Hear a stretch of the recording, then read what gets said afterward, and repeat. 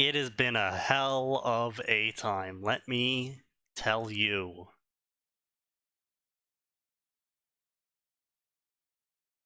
All right, gentlemen. Are you ready for Fanfiction Contempt Theater 9006? Oh boy. Also, hi, Max. No, Cymax.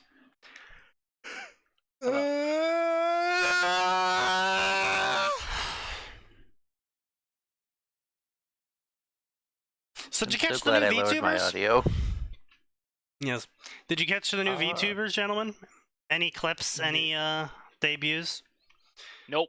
The Only the only one- thing I know is one of them is an actual Gundam fan, and the other's design is going ballistic in the art sections. A couple discords. Yes, Yes, that one's one. horny. Yes, that one. She decided to announce during her debut that she does not wear clothes while streaming I thought she okay, had no so she's panties. just Or she's bra.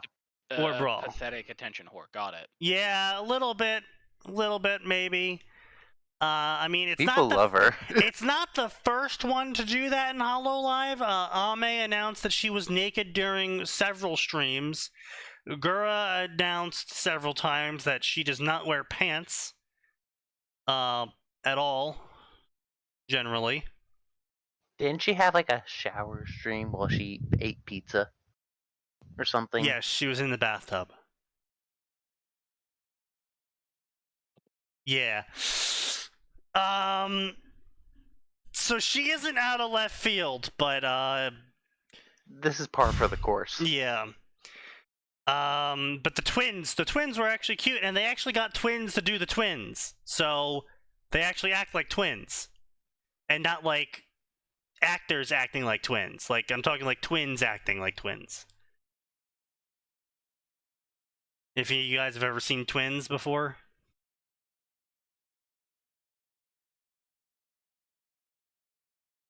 I mean, I've seen real twins, if that's what you're asking. Like, Yes.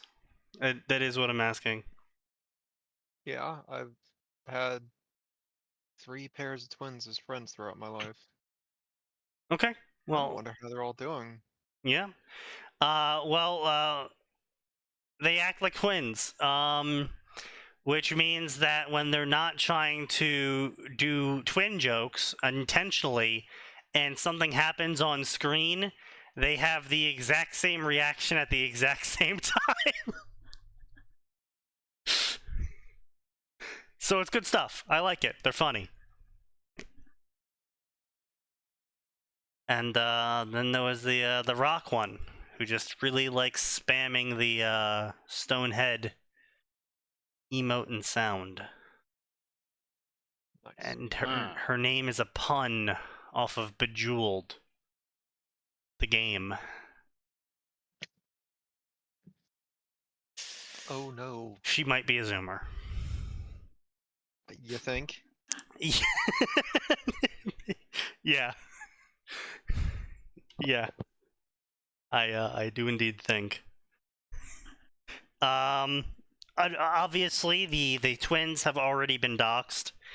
I say obviously because it's really hard to not get immediately doxxed when you are of the only twin VTubers at all. yeah. So if there's another twin VTuber out there that recently stopped streaming, Oh. Yeah. Yeah, that's a bit, a little bit obvious, let's say. Yeah, it's a little bit, yeah. So, gentlemen, I feel like we should do some kickback, you know, sit back, relax, read some Naruto fanfiction. Yeah? Interested? It's a horrible way to relax, but sure. I don't know, Max. That's what you used to do. No. I used to sit in calls with you and you just start reading shitty summaries while I was doing something else. I mean, yeah, okay, it's like basically the same thing.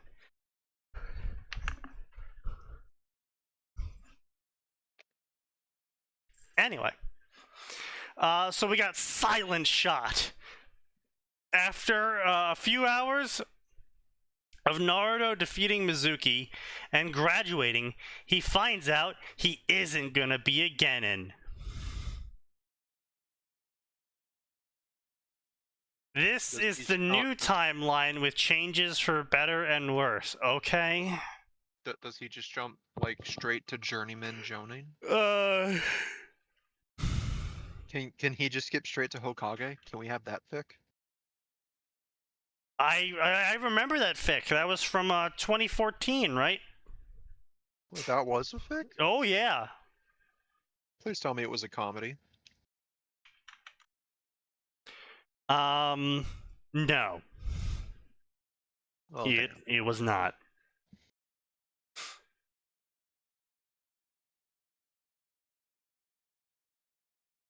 Oh wow, that is a way to start off your story. Bolded author's note. Everyone is in their canon outfits unless I say otherwise.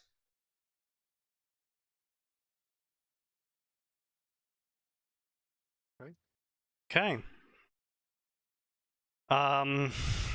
Yeah. Let's see. We got a giant wall of text in front of us, but let's go.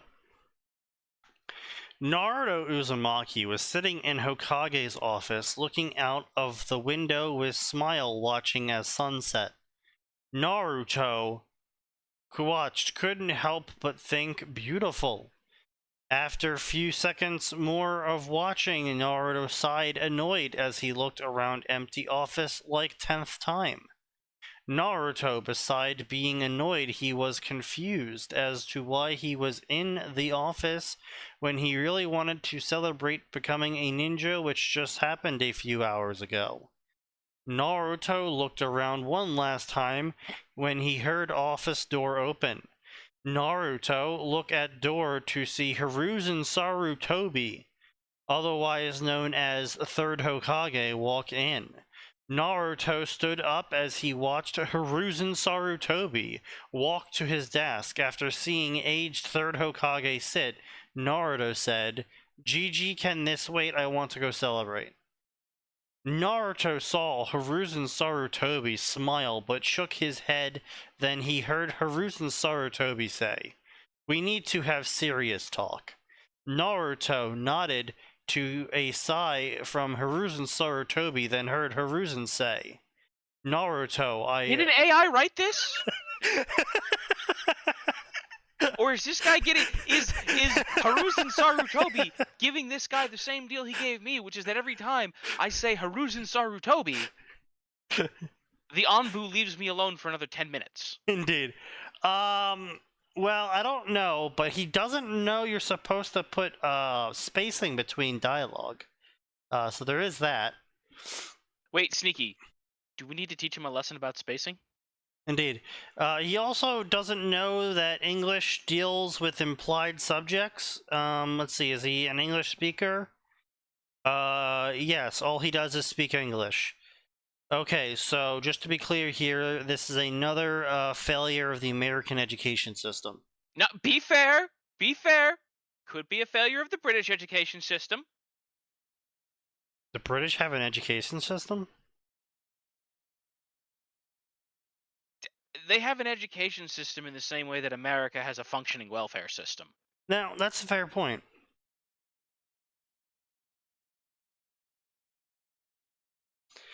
Gray says I make them suffer real good, so I guess I'll just have to, follow along. That's fucked up of him. Yeah. God damn it, Gray. Naruto, I know I lied to you. Naruto chuckled, interrupting Hiruzen Sarutobi. Then he said, "Gigi, you don't need to apologize for hiding it from me. How can someone tell a kid that they hold a demon? Also, I have big mouth." Naruto saw Hiruzen Sarutobi look up in shock, then heard Hiruzen Sarutobi say, "You are not pissed at me?" Naruto nodded and then said, "Yeah, I mean, I am pissated." Oh, he really believes that's how you. Did That's how he believes you spell the word. Okay, interesting. Wait, P-I-S-T. What the fuck? He's a Zuma. Also, just want to point out, oh.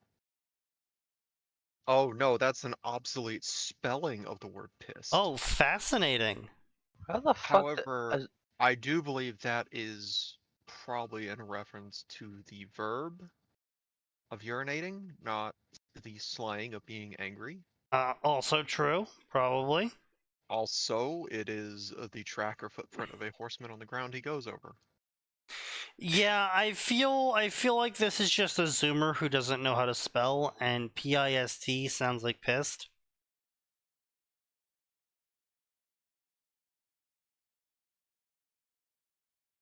You would think that the spell checker would fix it, but these days, who knows? They're we very don't believe subjective spell about what checkers. words they do and don't include in the spell checker. Yeah, we don't believe in proper spell checking, Sneaky. You know that. Well, I know. Also, Yeah. to point out, the way he's got Hiruzen talking, even with a broken grammar, Yeah.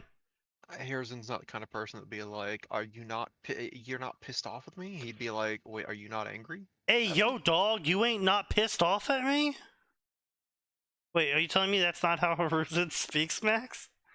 Last I checked, that's not how he was localized, at least. He's not gonna drop some fat raps? I guess I read the wrong fan translation. Yeah, I guess you did. I'm also kind of just surprised how he's having like Naruto be somewhat self-aware and intelligent about why Oh yeah, Hiruzen fully kept silent. self-aware, completely intelligent, cognizant child who is 11 years old with a stunted development. Yeah, I mean it's your average cognizant development of a stunted development child. Like I could understand him picking up maybe one or two things. Like maybe it's because of his attitude he wasn't told something like that. But like all this, no, that's a bit much.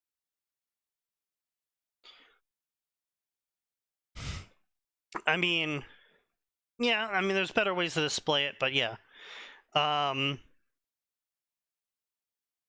Let's see. Yeah, I mean, I am pissed off at you. Hid it from me, but I see why. And Naruto saw Hiruzen nod, then saw Hiruzen lean back and saw Hiruzen say.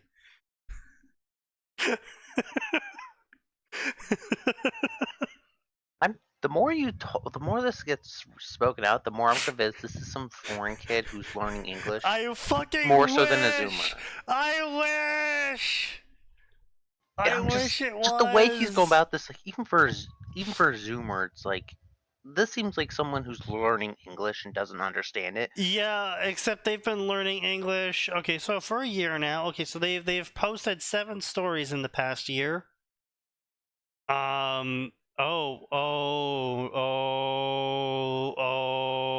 no.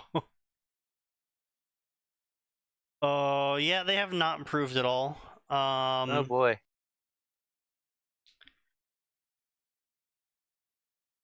Oh wow, that is something else. Whew, boy. Or Sand Demon, what if Gara Father had a change of heart and Suna Trio came to Konoha? What if Naruto best friend became love of his life? What if Gara became like brother to him? This dude is trying to do these what if questions from like 2004. Yeah, I think this dude just discovered Naruto. Yeah, he's probably about halfway through the Zabuza arc. Hello. No. 2005 just called. They want their shitty fanfic premises back. And just to be clear here, Hinata becoming Naruto's friend early, and then they become good friends early, and then they become lovers later. And Gara, for some reason, shows up in Konoha and becomes really good friends with Naruto for whatever reason. I'm not saying those are bad ideas. I am saying there's not much story that you can create out of those ideas. Yeah, those are some pretty sweeping changes. Well, But, there's sweeping changes that don't really change much. I don't know. I think that would probably fuck up Orochimaru's plans for invading Konoha with the sand. Yeah, but he would probably invade anyway by doing something else. Yeah, but I'm not sure it would be quite as devastating because now he doesn't have a Jinchuriki backing up his forces. Like a large Right. part of the, it feels like a large part of his plan kind of hinged on. Well, yeah, Gara you being are a problem. correct, but at the same time, also consider this. Now he's not planning around having a Jinchuriki to do all the damage, and so he has to make more plans to do damage. And these plans don't involve Jinchuriki going rampaging, because they didn't in canon. Got to keep that in mind, that Gara was successfully led away before he ever released his Jinchuriki, so there was a no point in time, sorry, his Biju, there was a no point in time that the One Tail ever actually rampaged inside of Konoha attacking any of the ninjas.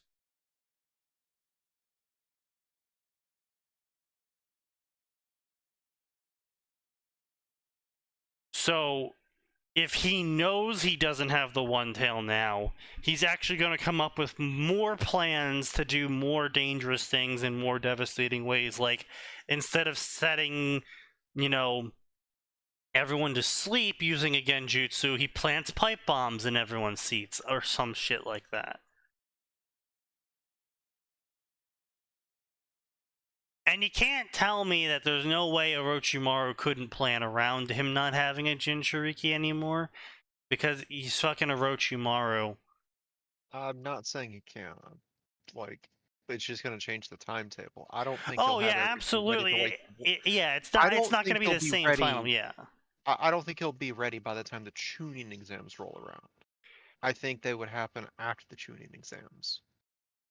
I mean, it Like, could be well, during the tuning exams, and it's like actually he poisoned all of the food before it came in with some sort of slow-acting poison that only reacts to heat and and it doesn't show up on any sort of scans for it because no one's discovered it yet, so they don't know how to scan for it yet. And since the poison only reacts to heat and starts to catalyze upon being cooked, people would only start getting sick after they started eating all of the food meant for the giant festival. And by then it would be too late to stop the distribution of the food.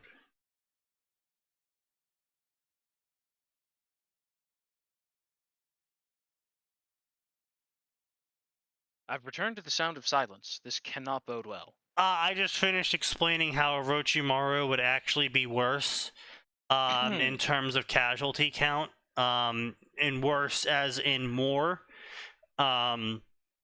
because he no longer was planning around Gara rampaging through Konoha.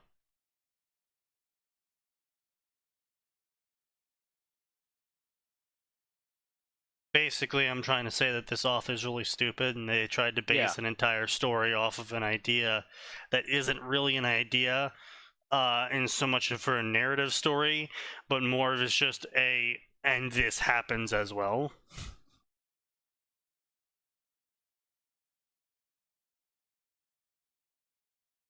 But anyway, let's get back to Hiruzen saying he leaned back to Hiruzen and heard him say Hiruzen. yes. Naruto, if you already know this, just listen. See, when fresh ninja come from academy, they go through rank first as Genin. Do you, being fresh out of academy Genin, get Jonin senseis? But I can give everyone personal sensei, so Genin are put into team of 4 with 2 other Genin and Jonin sensei. What? Naruto was just nodded, but mentally was smiling, hoping to be put on same team with his crush Sakura after seeing the Hokage take a proof of his smoking pipe. I see. He heard You know, maybe Hiruzen I say, can maybe I can send this dude a gift card for Grammarly. yeah. Naruto, I've already filled the teams. Naruto's eyes went wide with his hands. Going into fists to hear Hiruzen say, which is actually good thing. Naruto was now confused and said what? Naruto saw Hiruzen nod, then heard Hiruzen say, Naruto, there are many rank which are Genin, Shonin, Jonin, Anbu, Special Anbu, Captain, and Hokage. Naruto nodded to hear Hiruzen say, I'll admit, Naruto, you are weakest graduate I have known. Ah yes, the weakest graduate casually beats up Chunin. Truly, He summons 1,000 clones. he is truly the not weakest glue enjoyer. You know what? I would like to meet these other glue enjoyers that are now being implied. Yeah, that are implied to be stronger. It would seem so. Oh god. Naruto looked down in tears when he heard footsteps, then hand on his shoulder. Naruto looked up at Hiruzen to hear Hiruzen say, you need to be taught not by sensei that most likely hate you and has other students. Naruto, when he then saw Hiruzen back up, he then heard Hiruzen say, do the Kyuubi. Holy shit! Do the Kyuubi. I am making you special Anbu.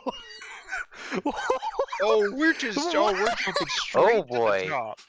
With one of my man. Anbu agents being your sensei. Also, he believes Anbu is a word, not an abbreviation. Uh-oh. Naruto eye went wide in fear. This was due to Naruto knowing Anbu agent hate him, but he wouldn't defy Hokage word. Naruto shook his head and say, GG no. I'm sorry. Anbu agents are probably one of a handful of people who are like, yeah, no, we know how sailing works. Poor kid. Well, I mean, also at the same time, as someone who does IT work, I can absolutely, I know the feeling of excitement when you get the easiest fucking assignment that day. Where you literally punch someone out so you can get the assignment. You're like, no, this is going to take me a whole 8 hours. Oh man, it's going to be so rough doing nothing for 8 hours. Believe me, there are sometimes when in the purchasing department and you get a task, it's like, I have 329 part numbers to enter and set up. This will legitimately take me all day. This is amazing. Yeah, exactly. Yeah. You know, I think at best, whoever the newest Anbu agent is like, I don't want this because I don't want to be in charge of the nuclear weapon. Well, it's not even that. It's just you just gotta fucking sit there, occasionally jump from fucking roof to roof, keep an eye on the kid, show up occasionally and shout something like, I'll get you, kid. And then you disappear again, go back to fucking drinking the beer, and then show up again a while later. Because you placed a tracking tag on him like 4 hours ago. Yeah. I can't see the Anbu hating Naruto, like, at all. They're special. They're elite among elite. Well, it's not just they're also elite among elite. They're also the special kind of fucked up. Like, the special kind of fucked up it takes to become an army ranger, sniper. The kind of guy who's like, yes, I do want to sit in the same position for 14 hours straight, peeing into a bottle. That sounds enjoyable. That kind of fucked up. That's what Anbu are. Yeah. The really weird guys. You know what? Recontextualizing it like that, being in charge of the nuclear weapon probably is just like a Tuesday for them. Yes. Well, I mean, the alternative option is, oh, well, I gotta go fucking stalk the daimyo's wife again because he thinks she's cheating. And I can't be seen doing it, and I have to go evade 13 hyper elite ninjas while doing so.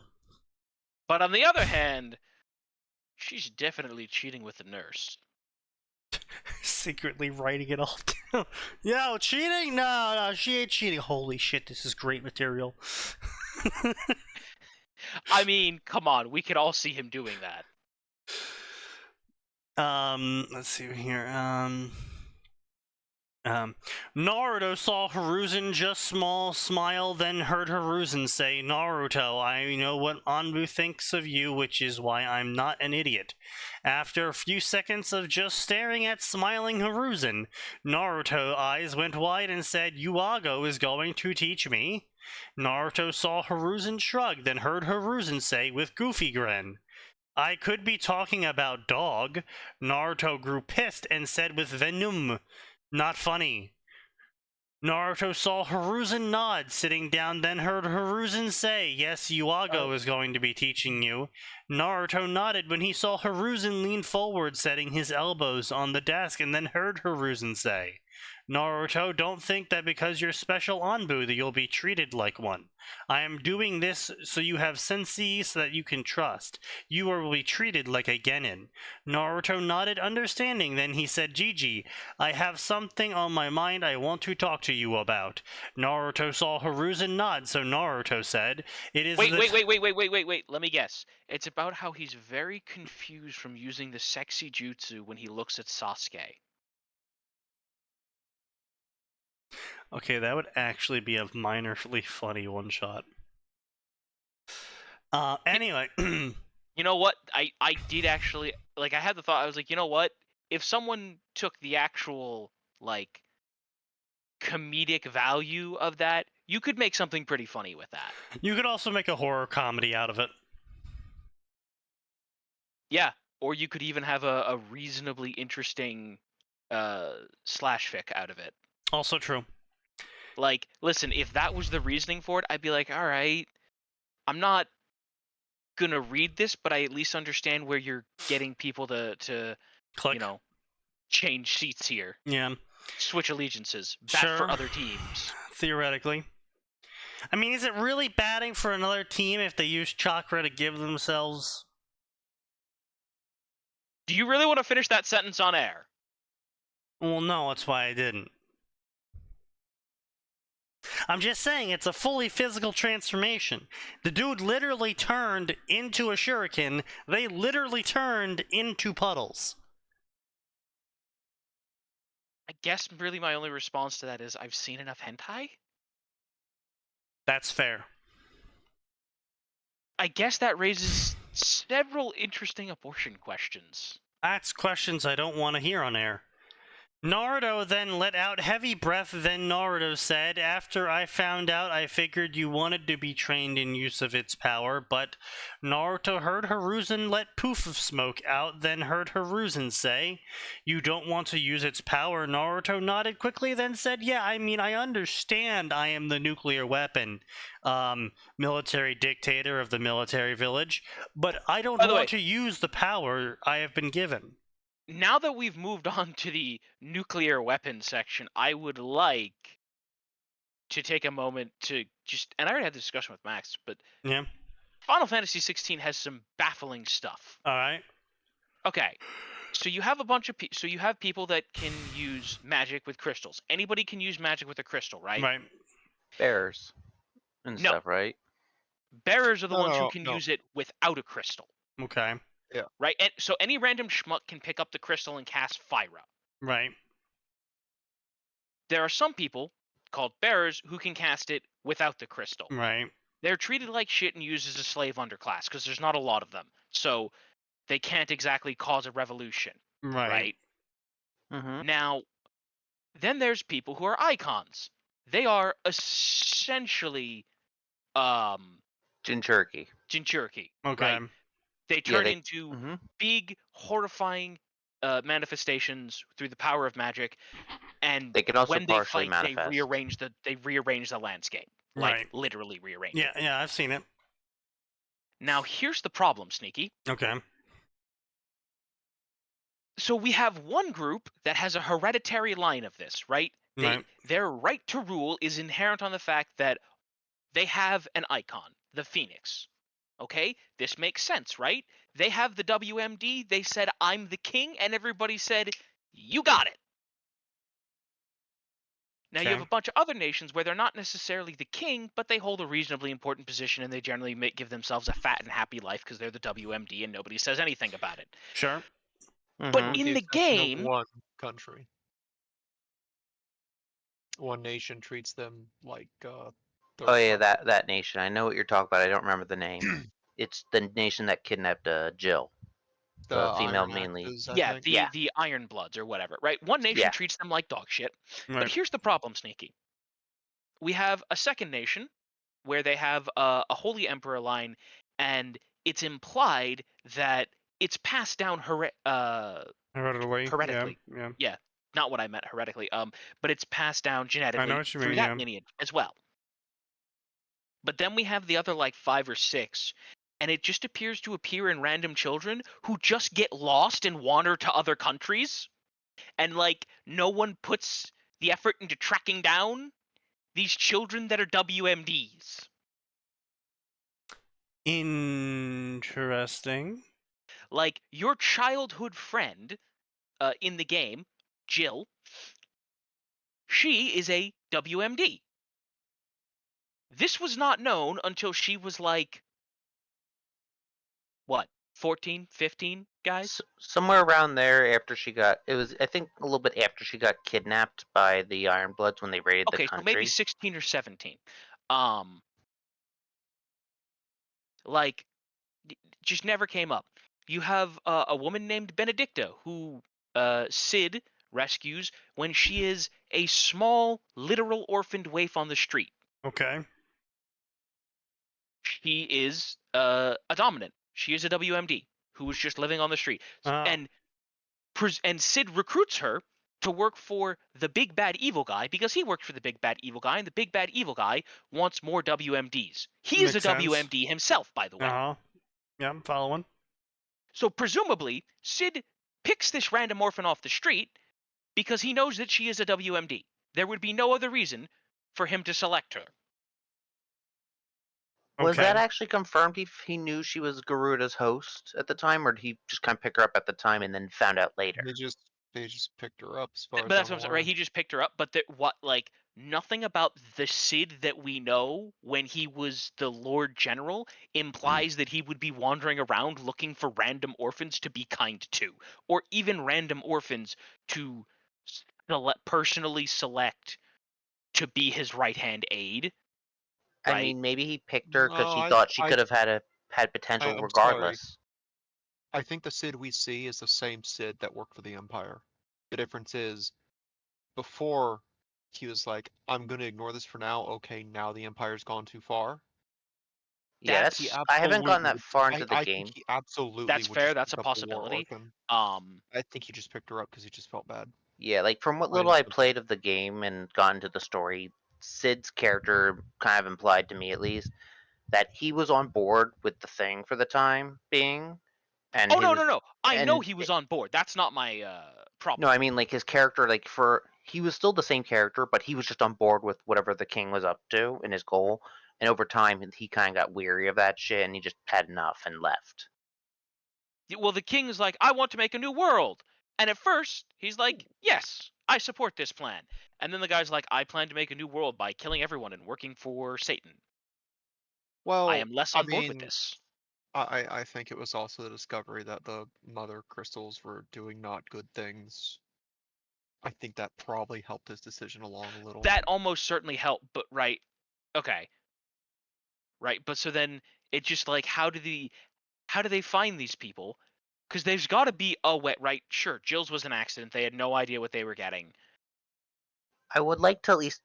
My personal theory on the whole what causes people to inherit them is that for certain ones like the Bahamut and Phoenix, they're predisposed to that lineage, at least you could argue, because there's no real inclination or special markers that we know of that say these people are guaranteed to get it beyond it's just been in the family. Like there's nothing. Is there any there's no bloodline trait or whatever we could say that guarantees it, but we can maybe Nothing make guarantees it other than that their families had it for the last Yeah. however fucking Which long. is why, I want to, kind of, my current personal theory is that these people are at least predisposed to inheriting the icon whenever it respawns, because I believe it's said that whenever a dominant dies, that icon will take decades, maybe, to reform or reappear. Yes. And for at least everyone else, they may not have had lineages to inherit that But my icon. point is, right, we have at least one confirmed example and a second highly probable example of it being hereditary. Why would you not okay, this is the bloodline with the WMDs. You don't just lose track of that. Okay, as a so ruler. yes, you don't, but you do. Look, people are dumb and greedy, and sometimes dumb and greedy. And if we lost Yes. fucking nuclear bombs, I'm pretty sure without computers, we are capable of losing, the fucking daughter of the WMD who turns out to be carrying the WMD genes, and she ran off one night because she wanted to go visit other countries and her parents would let her. Or fucking something. Sure, but that's the kind of thing where you then launch a giant hunt for it, right? You launch the giant hunt for it. Right. Oops, we let the WMD get away, right? And of You, course, sometimes the leader, they will. know that, but there's levels of bureaucracy that a random civilian, assuming, of course, that these people No. are... They make it. Let me phrase that. In all but one country, it's very public knowledge who the dominants are. Okay. At least, right, and they are generally celebrated as heroes and defenders of the country because they are your sole line of defense against that guy over there with their WMD. Okay, fair enough. Yeah, dominants are didn't put in know. positions of some level of prestige. I think it varies depending on country, but It they're varies made depending very on country to welcome. country, but They're made They- welcome. They want them to stay, obviously. With the exception of the Ironblood Dominion or whatever Yes. it is, everywhere else is like, yeah, we're gonna treat them well. Also, the tome actually does tell you how the dominants are chosen. oh really? Oh, it does? I must have missed that. What does it say? Phoenix is exclusively in the ducal line. That's just a rule for the Phoenix. Shiva is someone born among the tribe of Ice, always. Rama is always the tribe of Thunder, so we can actually track down where people are descended from. Okay, so they actually have like a Oh. legitimate tribe. Yeah, so like there are bloodlines that like we will always be in this set of the world. So like Garuda's always born to someone in the tribe of Wind. Titan is always born to someone from the tribe of Earth who usually stay in the deserts.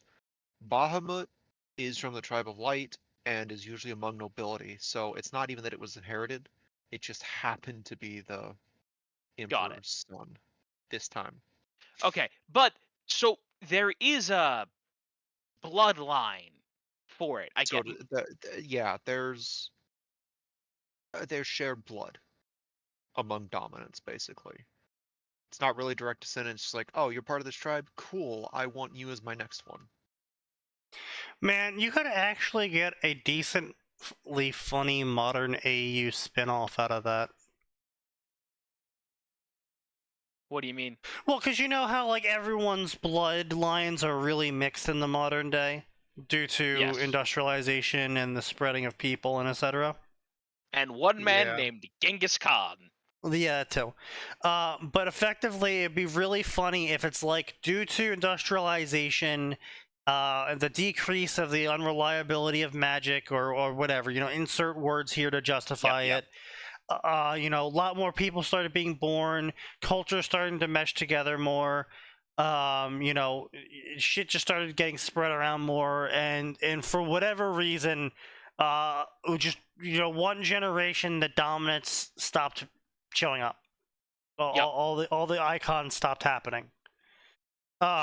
And then it's like and then the setting is you're from some fucking mongrel combination of like all of these tribes and bloodlines, but like hundreds of years down the line, so you don't even know, your parents don't know, your grandparents have no idea. But unfortunately, you just had enough bloodlines converging to have enough magic to reawaken the ability for icons to be brought forth. Also, And you this have is now all that of we know them. they pick from a tribe, that does answer a couple questions.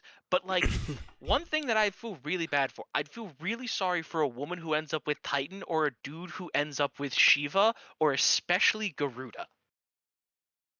I mean, look, you're a giant fucking monster. It's not like you're gonna have too much time to focus on other shit. No, you could. There's actually a half prime form where you Oh. take on specific. Basically, Biju cloak. Yeah, Well, I Biju mean, cloak, you just take on the element. that sounds for pretty that. Slaneshi.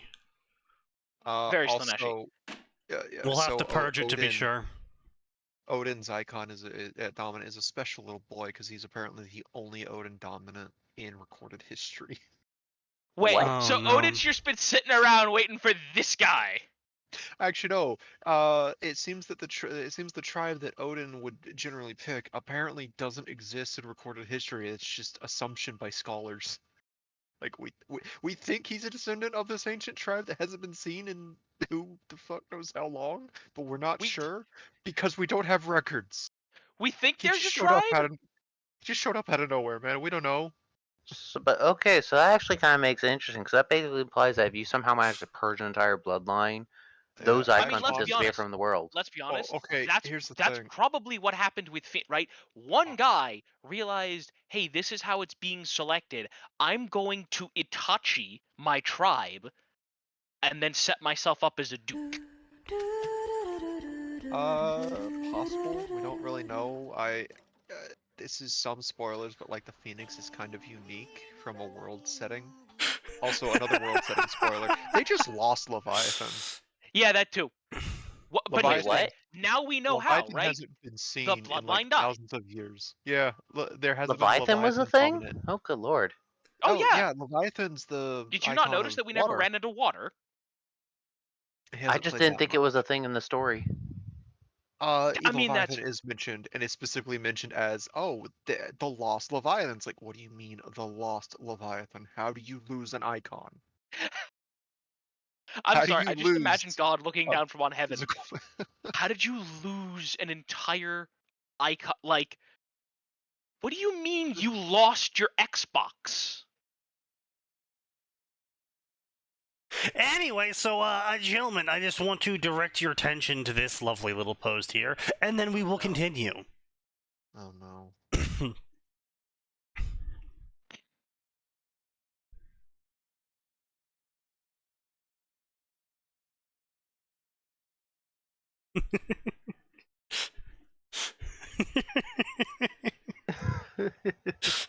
That's Hey, Sneaky, Alright. that little, yeah, Sneaky, you know what? That's a great one you just posted there. that's a good one. Anyways, What's the meme? I'm in this image and I don't like it. Yeah. yeah. So, anyways, the FF16 icons can be summed up as it's genetic. It's genetics! Excuse me? It's genetics. Also, I think you could definitely get something funny out of the guy who ends up as Garuda. You need to transform. I will not. Why? Because Garuda is a slut. What does that have to do anything? Have you seen the way she dresses? This is your objection. I feel like the appropriate response would be, wait, icons dress? It's... Yeah, no, Sneaky. Garuda is the icon that spends at least half of a fight Jacko posing. Well, okay.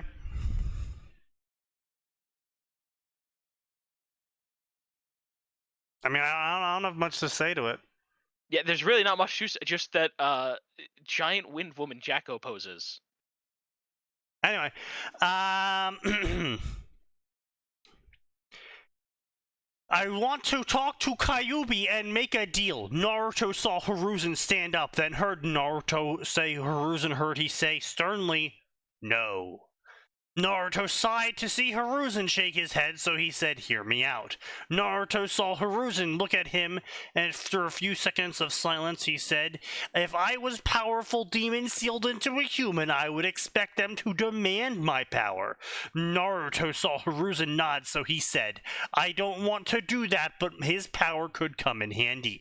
The deal is I don't demand his power, as long as he agrees to let me use his power if I have no other choice. Naruto saw Hiruzen taken aback by this. He saw Hiruzen nod. Naruto smiled, then he heard Hiruzen say, go celebrate. Naruto nodded and say, so let's go. Naruto saw Hiruzen confused, so he said, come on, Gigi, I want to celebrate with you also. Naruto saw Hiruzen smile, so he turned and left with Hiruzen behind him. It's been 1 week. Oh, don't you start. Yeah, so this is terrible.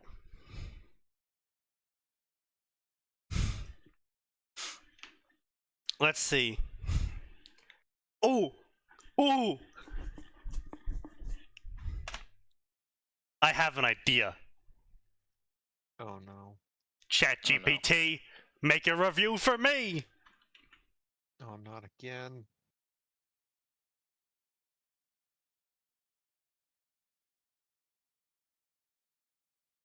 Yep, okay, good. Okay.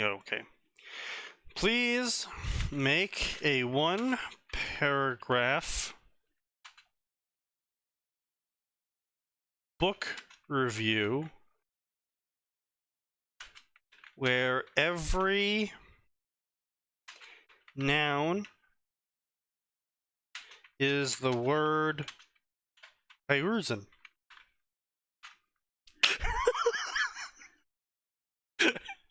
We're just gonna get a review that just says Hiruzen. Yes. Oh no. Oh, it's gonna be bad. Oh no, it didn't do it. What do you mean it didn't do it? Let's try this again. It broke? Where every noun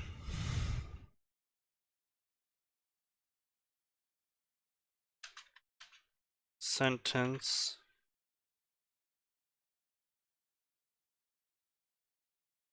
are the word Hiruzen.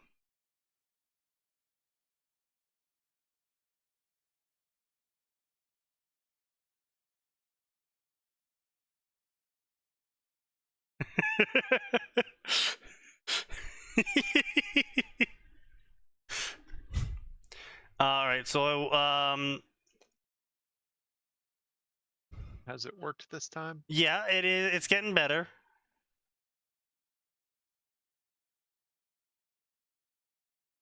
Okay, I'm gonna go take care of something. I'll be back in a bit. All right, so let's try this one. Ah, yes, it did it. It did it. It did it. It did it, Max. Hiruzen is the new buffalo.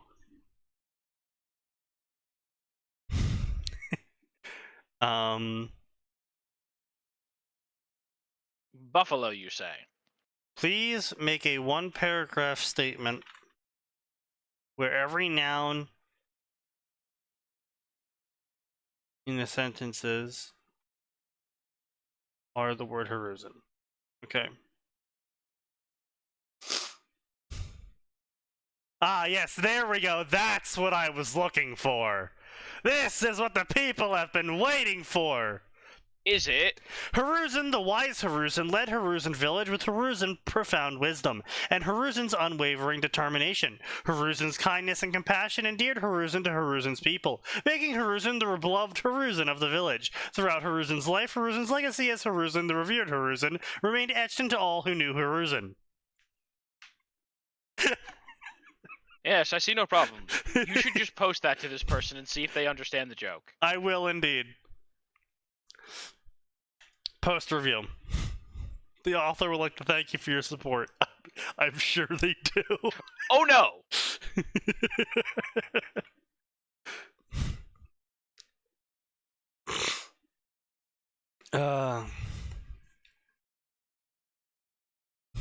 E-dating prices. Okay. Let me post that also in here. Alright, let's move on. Tala Yuhi. A girl dies saving the life of a child from burning house. She is reborn into Naruto world. She finds out for the first time what is love, and baby, don't hurt me. Indeed. Get out. Good joke, but get out.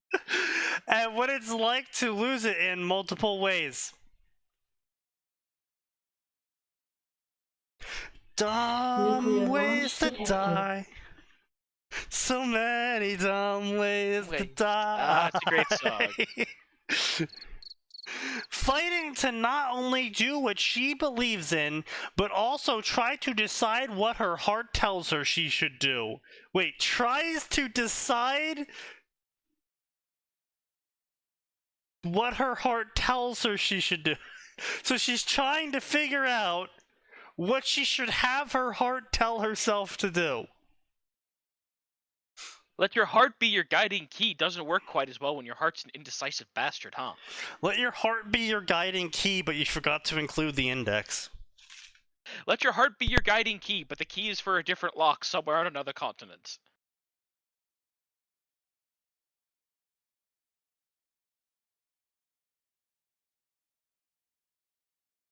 Oh man, I have to say, I have never felt sadder. So with Remnant 2 and the random map generation, you get like 6 of the 12 possible maps, and then each map has like 10 of 20 tile sets used. So even when you get the same map again, it's not the same map again. Okay.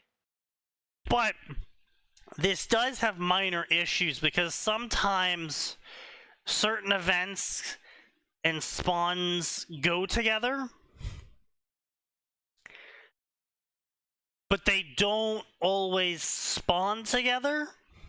So sometimes you get a chest with no key and a key with no chest.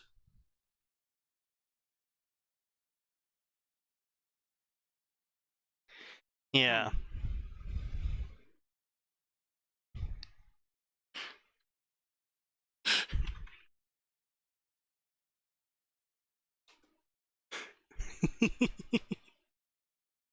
You are torturing Crow. Good work. Will she have to choose which path to take, or is there a way that she...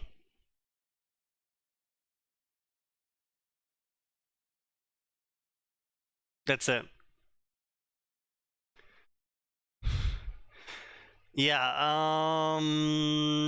I think it's really fucking stupid because this is supposed to be an OC who falls in love with Naruto, Sasuke, Itachi, and Kakashi separately.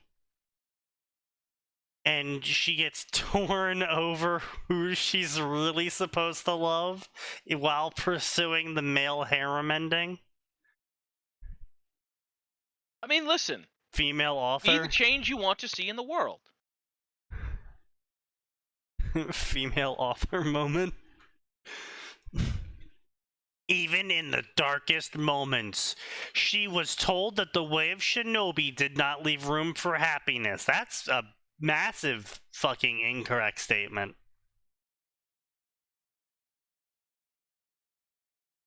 I didn't realize you could be that wrong normally.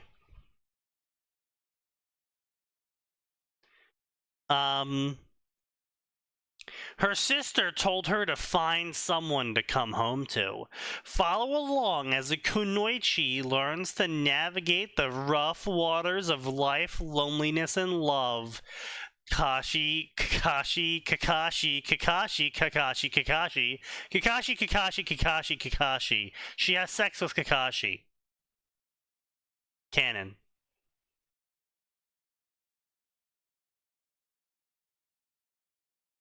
Interesting. No.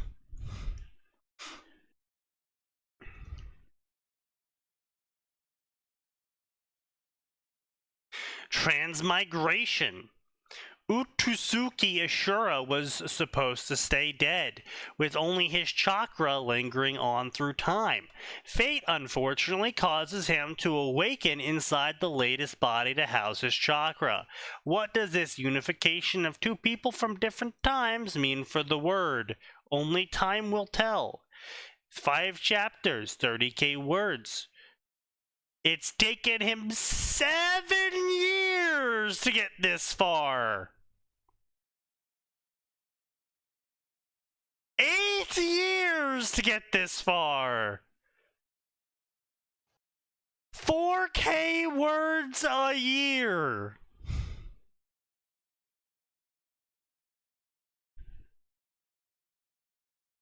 How does that make you feel, gentlemen?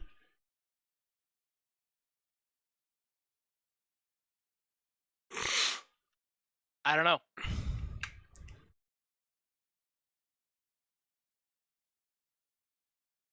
I try. I didn't give you guys these amazing stories. Just make sure to spread them around. Genius of the Uzumaki clan. Ah, yes. Apparently this is just a revival of 2012 now. Like, we're in 2010 era. We earlier was like 2006. Now we're like on to 2010.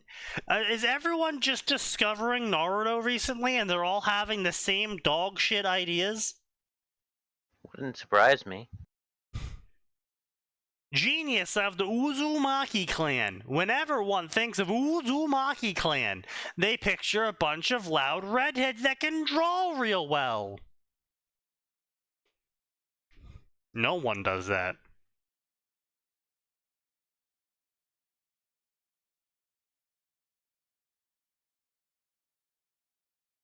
Like, no one. Not him. No, he's a quiet blonde with a mind so sharp that it could cut steel. Born a century early, how will Naruto the Seal Master affect the world? Well, A, if he's born a century early, he is not being born to Kushina or Minato. Which means that A, this is not Naruto. Period. At all, whatsoever, in any form or fashion, being that Minato is not an Uzumaki. He's an orphan, as far as we're aware. So that's a stitch in your plan already there, author. Stitch number 2 is that Naruto is not a genius. He's just not. He's decent on the uptake, but he's not a genius. He's a practical learner, but he's not a genius.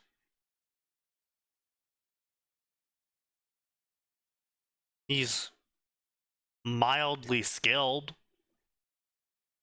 but he's not a genius. He's unorthodox, but that's kind of really it. Yeah. Like he got inspiration for the Rasengan from just watching a cat bat a ball around. It's like, okay, so he thinks outside the box, gets creative. Naruto? Naruto, yeah, that's how he learned the Rasengan. Are you retarded? What? Jiraiya was the one who told him about the Rasengan and gave him a No, 6 No. billion water balloon. Naruto was trying to learn it, and he saw, I think, a cat or something bat around the ball, and that inspired him how to figure out to do it. No. Yeah, no, I remember that being a thing. He was struggling to get the spinning, I think, the circulation part right, despite Jiraiya's teaching. So he saw like a cat, and he got inspired to follow that. That's why he like patted the Rasengan initially.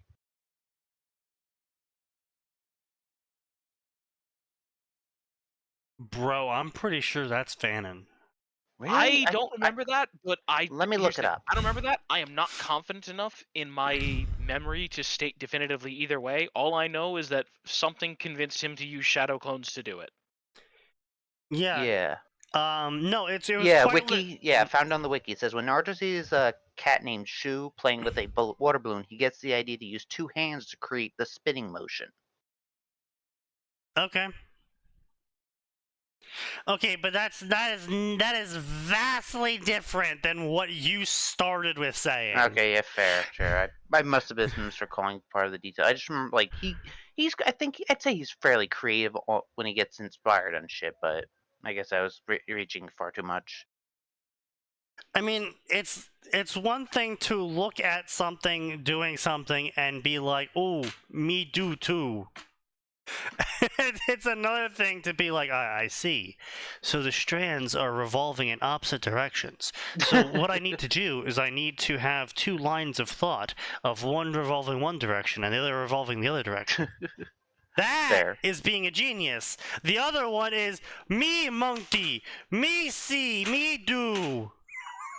Fair enough, yeah. Now, admittedly, there is a certain level of intelligence that it takes to look at a cat batting a water balloon and going, why don't I just use 2 hands? There is a degree of intelligence there, but we're not talking genius level, we're talking like average North American level. Fair enough, yeah.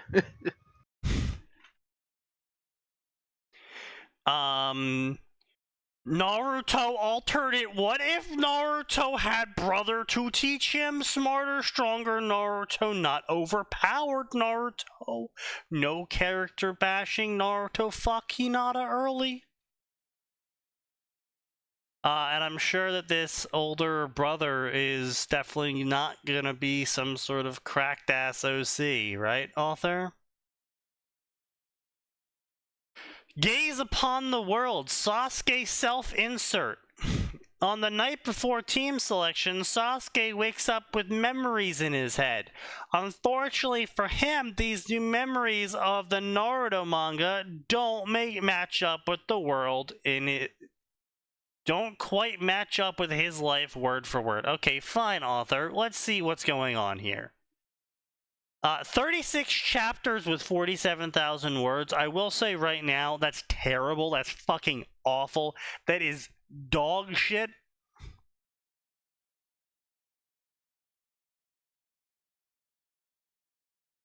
$1,000 words a chapter, like 1.5 words a chapter. That's terrible. Unless you are updating extremely frequently. Okay, which you are.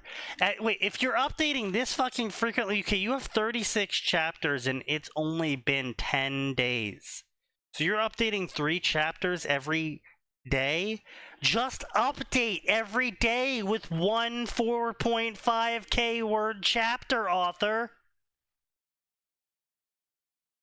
Fucking Christ. This author is updating 3 times a day with 1.5k word chapters.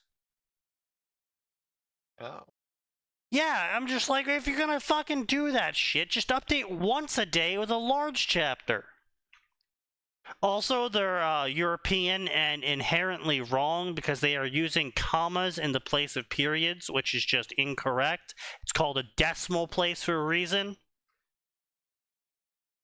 Not a comma place.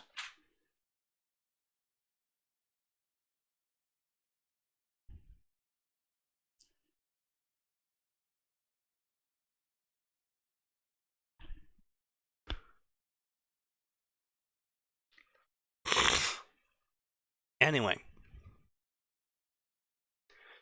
3 hours. And that's how long we've sat in our empty classroom waiting for Kakashi Hitake to show up.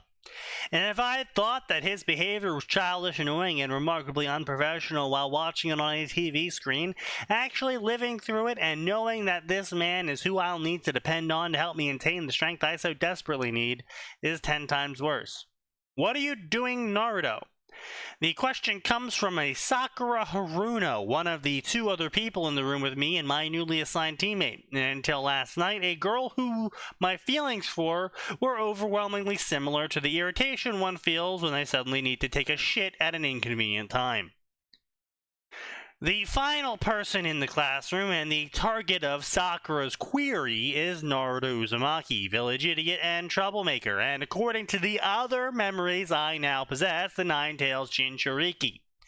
I honestly don't know how to feel about that last one, mostly because I would like to believe the fourth Hokage wouldn't be stupid enough to seal a tailed beast in a person, much less a baby. But then again, according to my new memories, the third Hokage is a leader who thinks that it's somehow a good idea to protect the man who signed off on the extermination of one of the village's founding clans, without thinking about, or more likely completely ignoring what would happen when, not if, when, the other clans found out about it. Of course, thinking about the fate of my clan inevitably leads me to thinking about the man who has never been far from my thoughts the last 2 years. Itachi, the Rogue Uchiha, the man who I realize now, if these memories are somehow true, murdered 67 of his relatives, traumatized his brother for life simply because Danzo Shimura asked him to. And you know what? I hated him less when I thought he was out of his mind or simply gone traitor. I only notice Sakura and Naruto's frightened stares when Sakura manages to stutter out, "Sasuke, are you okay?" I blink at her question and then I realize I am oozing killing intent, wild and unfocused, and while I'm pretty sure that any ninja worth their... killing intent. Oozing. All right, Edgelord. Now, to be fair, I'm aware that killing intent is a thing in Naruto land. You know what it's not there for? Fucking 10-year-olds. Let me rephrase that. Barring a few very specific 10-year-olds with very specific problems, like demons, like crazy demons in their head that are talking to them right that minute, like Bara. Okay, well,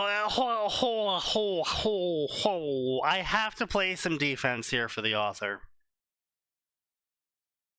As a 10-year-old myself... This is unprecedented. Yep. As a 10-year-old myself, when I went to a camp... Was I 10 years old? I was like, 2000 and... Okay, I was like 12, okay? But as a 12-year-old myself, when I had my computer stolen from me when I was at summer camp, and they made the announcement about my computer being stolen... Oh, this story. I had overheard a bunch of other campers talking about what they would do if they found out who stole the computer and whether they should tell me or the camp counselors. To which the other guy he was talking with looked at him and immediately said, "Are you stupid? Sneaky would kill them." But you have to keep in mind, I am like 4'1", 90 pounds when sopping wet, 12-year-old.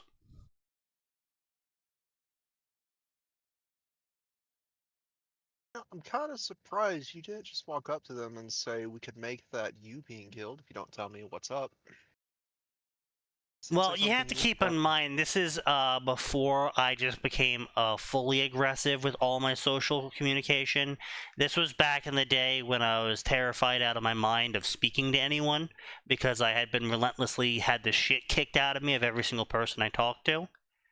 Which is fair. But Sneaky, you are not wrong. However, you know darn well that killing intent is a very different thing in the Naruto land. I'm aware, which is why him saying that it was wild, unfocused, and oozing of just a, general malefic aura around someone. If I, as a 12-year-old, was capable of outputting such a thing, and and other 12-year-olds were capable of looking at me and just going, "Holy shit, he's just gonna straight up gank a dude"? Okay, but people looked at me when I was 10 and thought that, and I wasn't even trying to. I just looked like a grumpy asshole, Sneaky. To be fair, I think you've always looked like a grumpy asshole. I'm not saying you're wrong. I'm saying that, right, like, it's still wildly different from Naruto.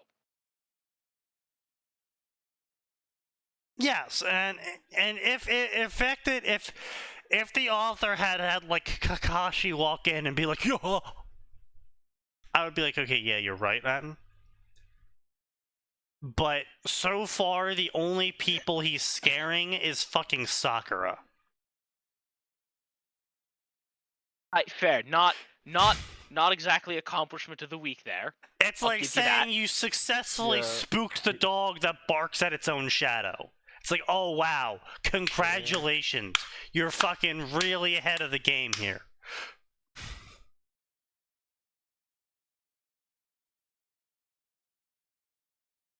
Yeah, spooking the civilians really probably not all that impressive when put in that context. I remember being accused of being part of the Trenchcoat Mafia. I have no idea what that even is. Is that commies?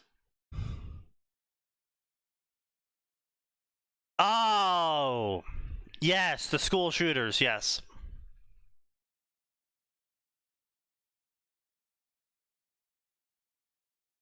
Yeah, okay. Understandable. Yeah, see, when I was in high school, I think people thought I would shoot up the school, but also at the same time that I was too angry to use a gun to do it. Because some dude literally walked up to me and was like, hey, can you disarm bombs? Which is very random because I was just walking to my next class. I hadn't talked to anyone. I never spoke about bombs in school because I kind of felt like that was a dumb idea. You know, talk about bombs in a school. And some dude just comes up to me and he's like, hey, can you disarm bombs? I'm just like, oh, I guess. I mean, I would hope that he was speaking about like CS:GO. No. He was speaking about like IEDs. I know, Sneaky. Yeah. I know. I also clarified. I was like, "Are we talking about like homemade bombs?" He's like, "Yeah, I guess." Smake? Does the bomb look like the Unabomber made it in his garage while stoned, or does it look like it came from the U.S. Army? Because I mean, IEDs. They're not known for their reliability. Hence the word improvised. But B, tends not to be purpose-built, hence the word improvised. Usually meaning that when it's like, oh yeah, this is going to be an ammonium bleach vinegar bomb, it's really easy to disarm that kind of bomb by just taking the ammonia and vinegar out. I was gonna say, taking one component away. Yeah, and then it doesn't go off anymore.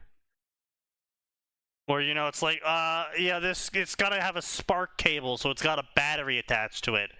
And it's like, alright, well, I'll just cut the cable to the battery to stop the spark from sparking. Yeah. And hey, if I fail, well, it doesn't really matter that I'm bad at disarming bombs, because I'll just be dead. Now you see, the real trick, Sneaky, is for the U.S. government to make their bomb look like a pipe bomb. So that people go, this is easy to disarm, and then the actual failsafe triggers. See, it's The funny you timer say was that. just an illusion the entire time. It's funny you say that, because the U.S. Army is taking some very interesting directions in its recent deployments. Like, they took a literal crop duster that costs like $5,000, and they stuffed it with $6,000 of surveillance equipment, and they called it a surveillance plane. It has 23 hours of flight time per gas canister. Hey man, if it works, and if it works that it doesn't get shot down, it's not stupid. And then they have like fucking football drones where you just throw it and it suicide bombs on someone. Oh yeah. Right, okay, Sneaky, you're not wrong. But on the other hand, we have a missile that is custom designed to turn into a blender and get rid of one person in a room full of human beings. Yes, but that's also funny. I'm not saying it isn't funny. I'm saying that, right, we have some technology that's a little haha funny, but we also have some technology that is terrifyingly specific.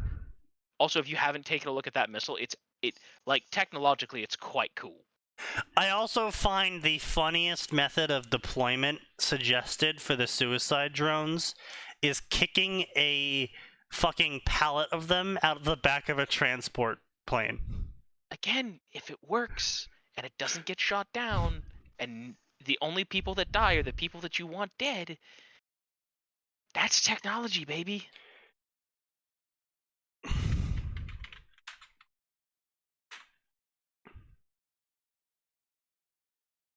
Loitering munitions. Wow. Fucking Oh, yeah. really, US Army? Oh yeah. We're gonna call the suicide drones loitering munitions. I see no problems here. Oh my god.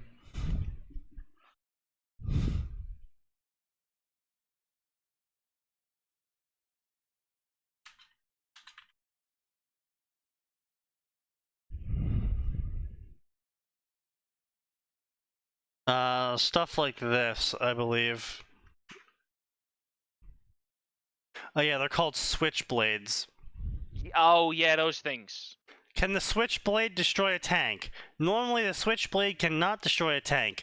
However, there is an anti-tank, a larger version of the switchblade, specifically designed to blow up tanks. It costs $3,000 to make. The normal switchblade costs $500.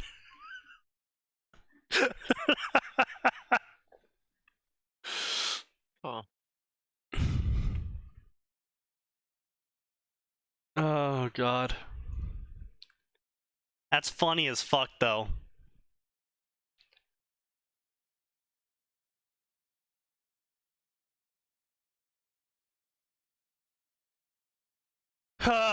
Because like, you know, this is like a massive revelation though too, because it's like a javelin missile costs like $300,000 or $400,000 to make, while a tank costs like $1 million to make. So you're not getting too much bang for your buck on that one.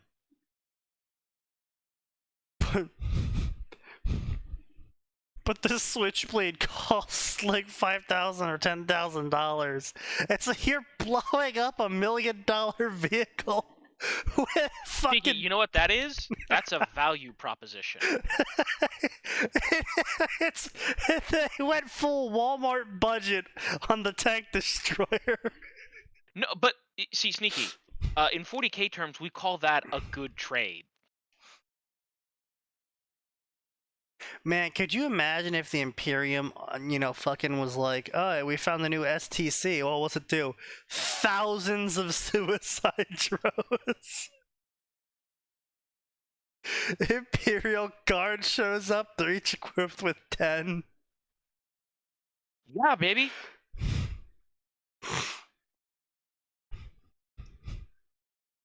Fucking incoming Bane Blades. And the guards like, this is easy. And send out the anti-tank switchblades. Oh. Uh-oh. It's a bunch of Titans. Send out the anti-tank switchblades. Oh god. Anyway. Hey asshole, what the fuck was that? You trying to intimidate me or something?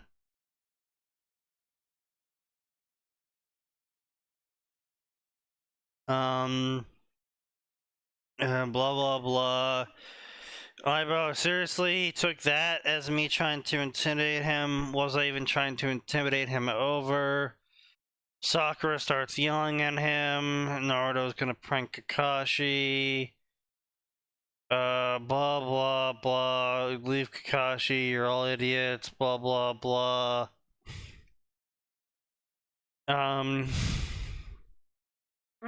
Despite all its inconsistencies with my life, another event from Naruto anime came to pass.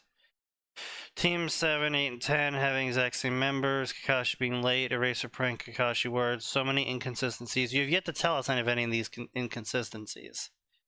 Author. Just saying. Meet me on the roof. Where'd he go? He said to meet him on the roof. Let's go. Blah, blah, blah. Make it up there. Boring. Blah, blah, blah. Loud and louder. Allergic to classrooms. Blah, blah, blah. Blah, blah. Blah, blah, blah. Blah, blah. Canon crap.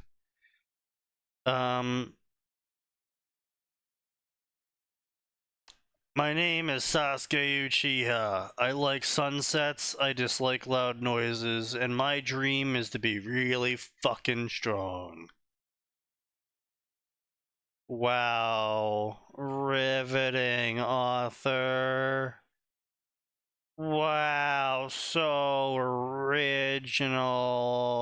Wow. Wow. Oh boy, they have favorited stories. Time to look at what they think is good, because it's not.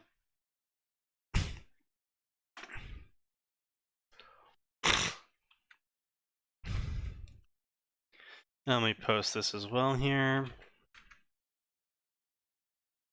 Alright, let's see what they think is good. Favorite stories. Second Age of Heroes, a Justice League Percy Jackson cross. Diana said that people said the Age of Heroes would never come again. Bruce says that it has to. We don't have any more time. After a pause and visible reluctance, Diana finally said, I know of 2 more warriors, trapped on another world and away from the ocean. Percy Jackson and Annabeth are retired, but then the aliens invade. Kinda cringe. The fact that you're doing with this with Justice League is just Also implying Batman doesn't know about them, but Diana implying does. Batman somehow wouldn't know about them. I want to remind you, Batman is the one who assembles the Justice League. Batman is the one who knows literally every secret identity. Batman is also the one who canonically has a plan to defeat every single Justice League member, including himself. He also has a plan to defeat every single villain. And most of those work. All the time. A gamer in the South Blue. That's right. This is a One Piece gamer story. A self-insert OC ends up in One Piece. He's not involved in the story of the Straw Hats. He's half a world away from it all. And he's fine with that because One Piece is insanity. 40 chapters, 230k words, 7,600 reviews, 13,000 favorites. Ongoing since 2019. Not bad. That's like 10 chapters a year. That's not bad.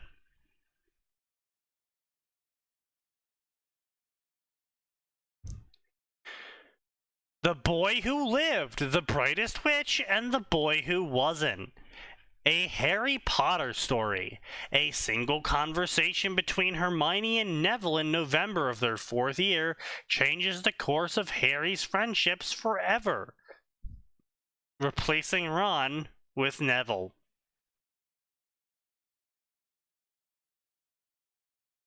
Okay.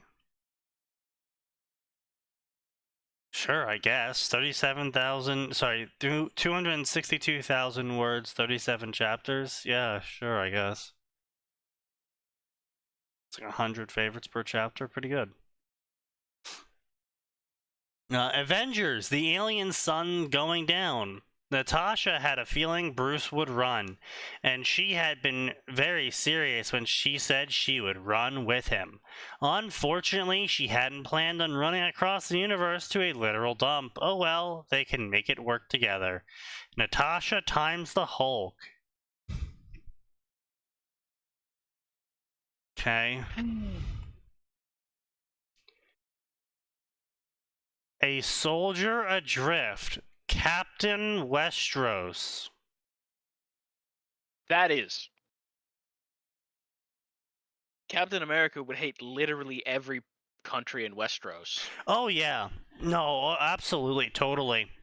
Just- Even leaving aside that they're monarchies, which he doesn't have an inherent problem with, after all, he really likes individuals like Black Panther, who is a king and does a bang-up fucking job of it, right? Yeah. So even leaving aside any idiotic complaint about democracy, they treat their people like shit. Yeah. That's what Captain America's problem is when governments are oppressive and treat people horribly and are legitimately racist. Like, he's not okay with that because those are not American values. Yeah. So I love to see. Now listen, if you're gonna give me King Steve Rogers, first of his name, I might buy that. The Infinity Stones are not to be wielded lightly, as Steve Rogers discovers when he washes up on the shores of Westeros. In a world of swords and spears, what difference can one shield make? Well, A, you're asking a really stupid question. This is Captain America. He's Captain America with or without his shield. That was a kind of whole fucking thing. Also, leaving aside whether or not he has the shield, which admittedly does help quite a bit. A lot. Oh, yeah, definitely, 100%. But the whole point of Captain America's story arc is that he, well, one of them at least, is that he positions that Captain America is the shield, where at the end of the story arc, he realizes that Captain America is the person, the shield doesn't make the man makes the shield. Correct. In addition to that, in addition to it being about the man, the individual, physically holding the shield, there's another really important thing in there. If you take away Tony Stark's Iron Man suit, you have a genius. Yeah. Admittedly, a really good genius. But, and to be fair, he made some pretty impressive stuff out of, cave scrap. Right. But if he was in Westeros and he didn't have an Iron Man suit, there's not a lot he could do. He can't establish a manufacturing base sufficient to make him dangerous. Oh, I mean, he could become dangerous in other ways. He could, but he's not going to be Iron Man. Right, yes, yeah. You take the shield away from Captain America, and what do you have? Ah, shit, we still have a man who's a super soldier, whose reflexes and strength and health and endurance and ability to heal vastly exceed the capabilities of any normal person. And on top of that, he's also got experience with war and some pretty fucked up shit. So, yeah. What the fuck? Yes. Hello. But yes, anyway, so the point there is Captain America remains a highly problematic threat and is more than capable of quite literally taking entire armies apart by himself. And, like, the whole original Captain America movie was not even about him getting the shield. Like, that was the whole big moment of, like, that's where, Tony Stark turns into Iron Man and Captain America turns into Captain America. But, like, the whole thing before that is, wow, one man is making a massive difference. One man is, in fact, single-handedly ripping apart Nazis. So it's like, this is a really stupid fucking summary to have. In fact, I want to point out, he was single-handedly removing entire Nazi fortifications. He was removing fortifications of people who had guns. Before he had the shield. What the fuck is a pike block gonna do? Yeah, Not before. just guns, but the alien super guns. Yeah. No, he at least had the magic shield to beat the alien super guns. Yeah, that's true. But like beating right, presumably at least moderately trained soldiers with guns, without, well, rarely using guns himself. Charging machine gun nests down without that shield. Yeah. Right? So again, to my point, what the fuck is a pike block gonna do, boys? And it's not only that, it's also the Captain America is an extremely charismatic, large person who has no problem backing up his ideals with violence. And you're really gonna sit here and be like, oh, well, what can one man really do in Westeros? You wanna fucking know? It's like, hey, well, no, okay, actually, I just realized another layer of why this author is retarded. The whole story of A Song of Ice and Fire is how much one man can change. Yes. So they're quite literally coming out here and being like, this is a crossover between Captain America and A Song of Ice and Fire. How much can one man really change? Completely missing the point of the fucking book he's putting the character in, and completely missing the point of the fucking character he's using.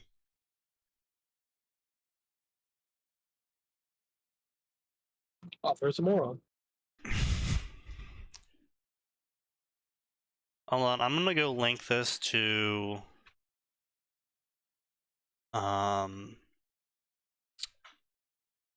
Stanish the Manish, Oh, why would you do that? because I want him to suffer.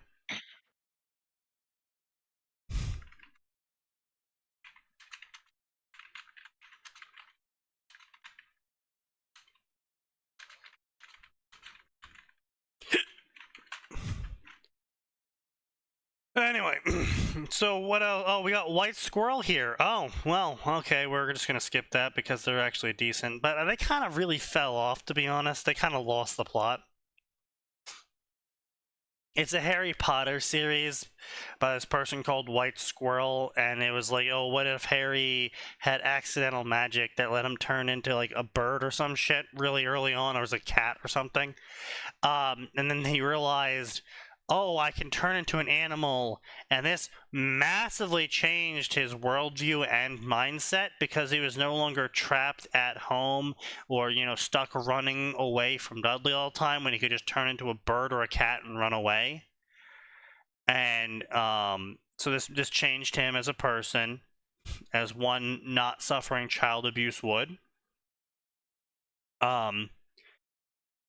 But somewhere along the line, the author just really lost the plot and got lost in the sauce of like making this whole AU world where house elves lived in like your attic and shit, and they had a fully functioning society in your attic, and they were just tricking the wizards into believing that they needed to be adopted by a wizard, and it's just like, what does have anything to do with Harry Potter? Nothing. Is it relevant at all to the story? No.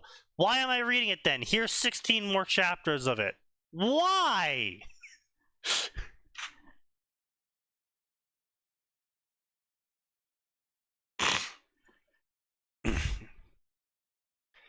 Let's see what else we got here. The Unreachable, a Harry Potter story. When the scars of Harry's trauma takes their toll, Hermione takes it upon herself to help her best friend in any way she can. This means she has sex with him. However, scars can hide secrets, and Harry's more than anyone else's, and unearthing these secrets reveals the greatest hardship Harry will ever face. He has to fight for his soul and the right to fuck Hermione's vagine. God damn it. Harry Potter times Hermione. 19 chapters, 140k words. It's taken him 4 years to get this far.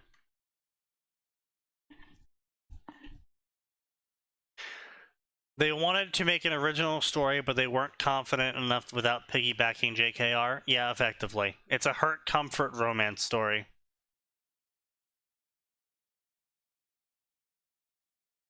I mean, that's how Twilight. Not Twilight. I'm sorry, 50 Shades.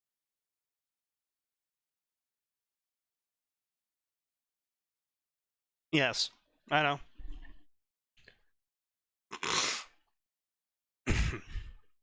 A God Adrift, Thorhammer, a Warhammer Avengers crossover. Cast adrift in a foreign world, his boon companions, far from his side and strange local customs to navigate, must be a Thor's day. Ha ha ha ha.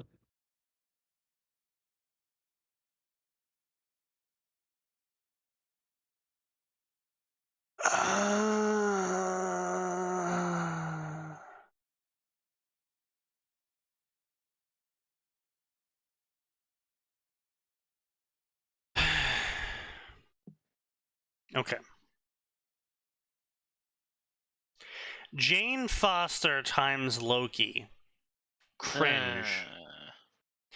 Alright, what's this one? This one looks good.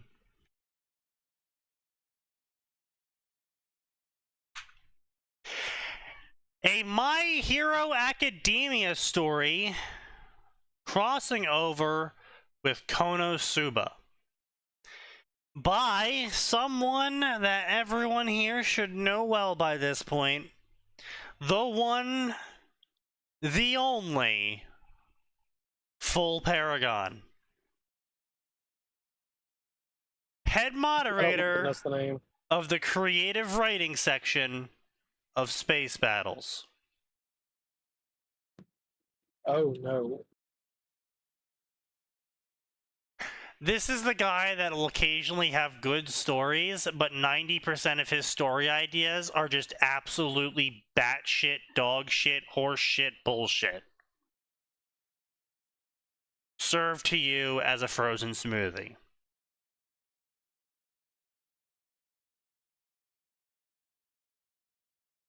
A freak accident kills Izuku and his team during the UA Sports Festival. Fortunately, a goddess offers to resurrect him if he manages to save a fantasy world. Unfortunately, that goddess is Aqua.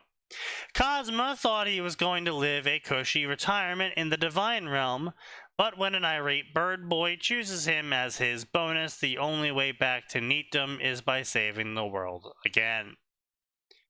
Ah, yes, I think we made fun of this story before, so we'll just skip it. It's also garbage, in case anyone is wondering. A Clash of the Neats. I'm sure this is going to be a riveting one. Ah, yes, another full Paragon story. Something is very wrong. Oh, yep, we already covered that one, yep. Alright, a Ben 10 story, and oh boy, that is a spicy profile picture. Hold on, get the banjo ready, boys and girls, because we're about to go down to Alabama for this one. Oh no. You got a link? Yes, I have a link for you. Alright, well, enjoy your child porn.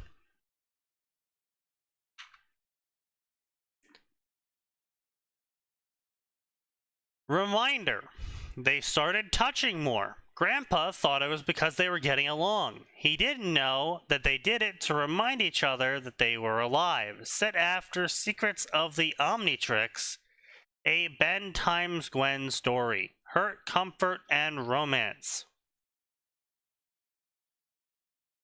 Secrets of the Omnitrix was a 2007 episode. It serves as the first, second, and third episodes of the fourth season of Ben 10. The movie follows Ben and Gwen as they team up with Tetrax to find the watch's creator before it self-destructs. Ah, yes, I remember that. Yeah, they were fucking children still then. Yes. and one of Yes, them was that not was- even a particularly bright child. Yeah. Yes, that picture is very Alabama, very Arkansas. Yeah. Mm-hmm.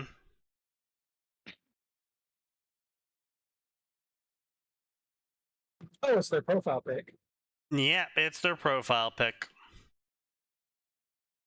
I'm sorry. That was Gwen in the original video. What? What was From- Gwen in the original videos? From what? OV1 and OV2. Oh, these don't exist. Wait. Are we sure that's not like the later seasons after the just hard reboot? Yeah, those gotta be like later this seasons or is something. the hard reboot. Yes, it goes from left to right in time frame. Okay. I didn't even know there was a... What was the reboot? Omniverse? Yeah, Omniverse. Omniverse season 1, Omniverse season 2. That was the reboot. Wow. Is it a reboot or was it a continuation? It was a reboot because They reset. Okay, back I to when guess they were I kids. prefer Omniverse 1 in that it... I liked neither of them because Omniverse 1 and 2 both have her boobs drawn in this really odd way that makes her shirt look super fucking tight for no clear reason. Yeah, okay, let me be clear. I don't like either of them. If I have to, Sneaky, if I have to pick between options 1 and 2, I'm gonna take option 2. Or option Right. 1, I mean. But I'm just saying that Ultimate Alien UA is like way a more cool thing. tasteful. By the way, don't forget Gwen was some kind of super alien. This is just way more tasteful than fucking this, okay? This, yeah, Oh, she's a witch. I'm not this is gonna argue with trash. That's tasteful. What the fuck is that second one? That is awful. That's the new one. That's what I'm saying. The shirt is like super fucking tight. Like, and At least OV1 is kind of respectable looking. Like, I don't even know how you get from OV1 to OV2. Like, right? I can see how you go from UA to right. I can see how you go from AF1 to AF2 to the UA to OV1. I can see a chain there. I can't see how you go from OV1 to OV2. yeah, it's just like did fucking Omniverse season 2 like fucking reset or something? God damn. What the fuck? Can we find a plot summary for Omniverse season 2?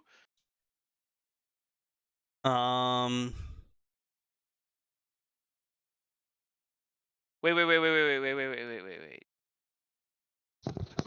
Hold on, that says 11-year-old Wait. Gwen from Omniverse. Looks like original. That's 11 years old Gwen? Wait, what? Look, scroll up right above Anodite form. Oh, that is 11-year-old Gwen. Oh! That's why she looks like that. She's supposed to be a slightly older version of the kid. No, because Gwen's No! 10 in the original No! series. Oh. That is Oh. that is She's not the young. case at all. Yeah, Yeah, that is. lovely Gwen. No. What the oh, good lord, it does. That is What the 10 to 11? What the fuck happened? Yeah, that's 10 to 11. Yeah, 10 to 11 hits a lot different 10, in the animated universe. 10 to 11.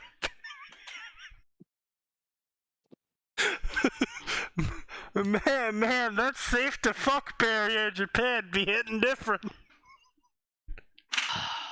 At least that explains the radical shift. Why did she suddenly gain glasses? I don't know. Why is she suddenly glasses? Why is she a good 4 or 5 inches taller at the minimum? Why did the No, I boobs think suddenly she's, appear? I think she's actually supposed to be 16 there, but No, 11. Her arms and legs are all out of whack. as far Season as 2 of proportions go. Omniverse was Omniverse flashbacks. She's 16 in Omniverse Season 1, which is this. Oh. She's 11 God. in this.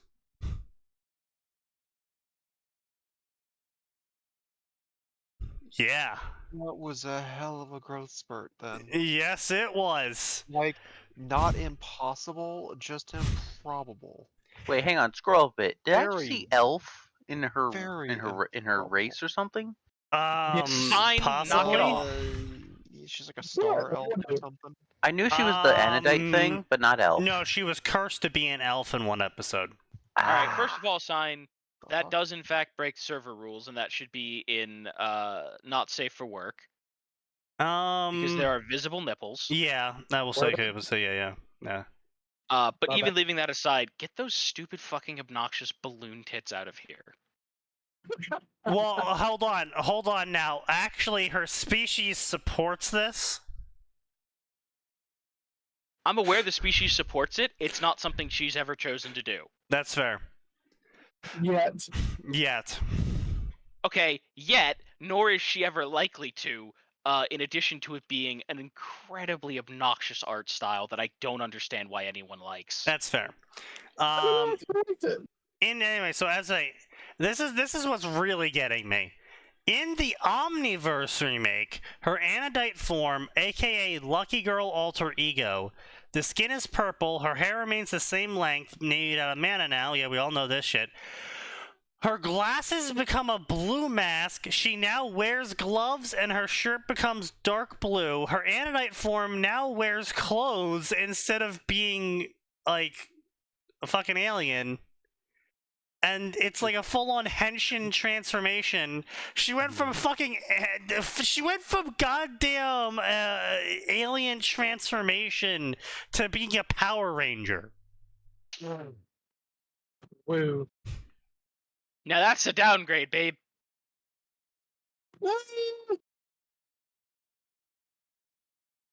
Not if it's an alien ranger. No, no. she just turns purple now, and then becomes a Power Ranger. Isn't she Yeah. some kind of fucking energy? Oh god, what the fuck Yes, is she is this literally design? an energy being. Yes. I posted a picture. What the fuck? Yeah, that's what I'm saying. Like, yeah, That's fucking awful. yeah. What in the fuck? That is horrible. I mean, the Yeah. one on the right at least looks like it fits in with the series. Well, you also have to keep in mind that the one on the right claimed that she can look whatever she wants to when she gets enough control over her form because she's literally an energy being. Yeah, I would say the form is literally mutable. And later on in the season, she does actually pull it off temporarily, which was actually kind of awesome. A big character growth moment for her.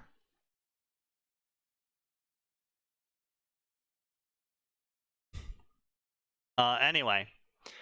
So yeah, this author wants to write about 10-year-olds having sex. A hurt comfort romance, 25 chapter, 138k word, 642 reviews, 1.4k favorite story.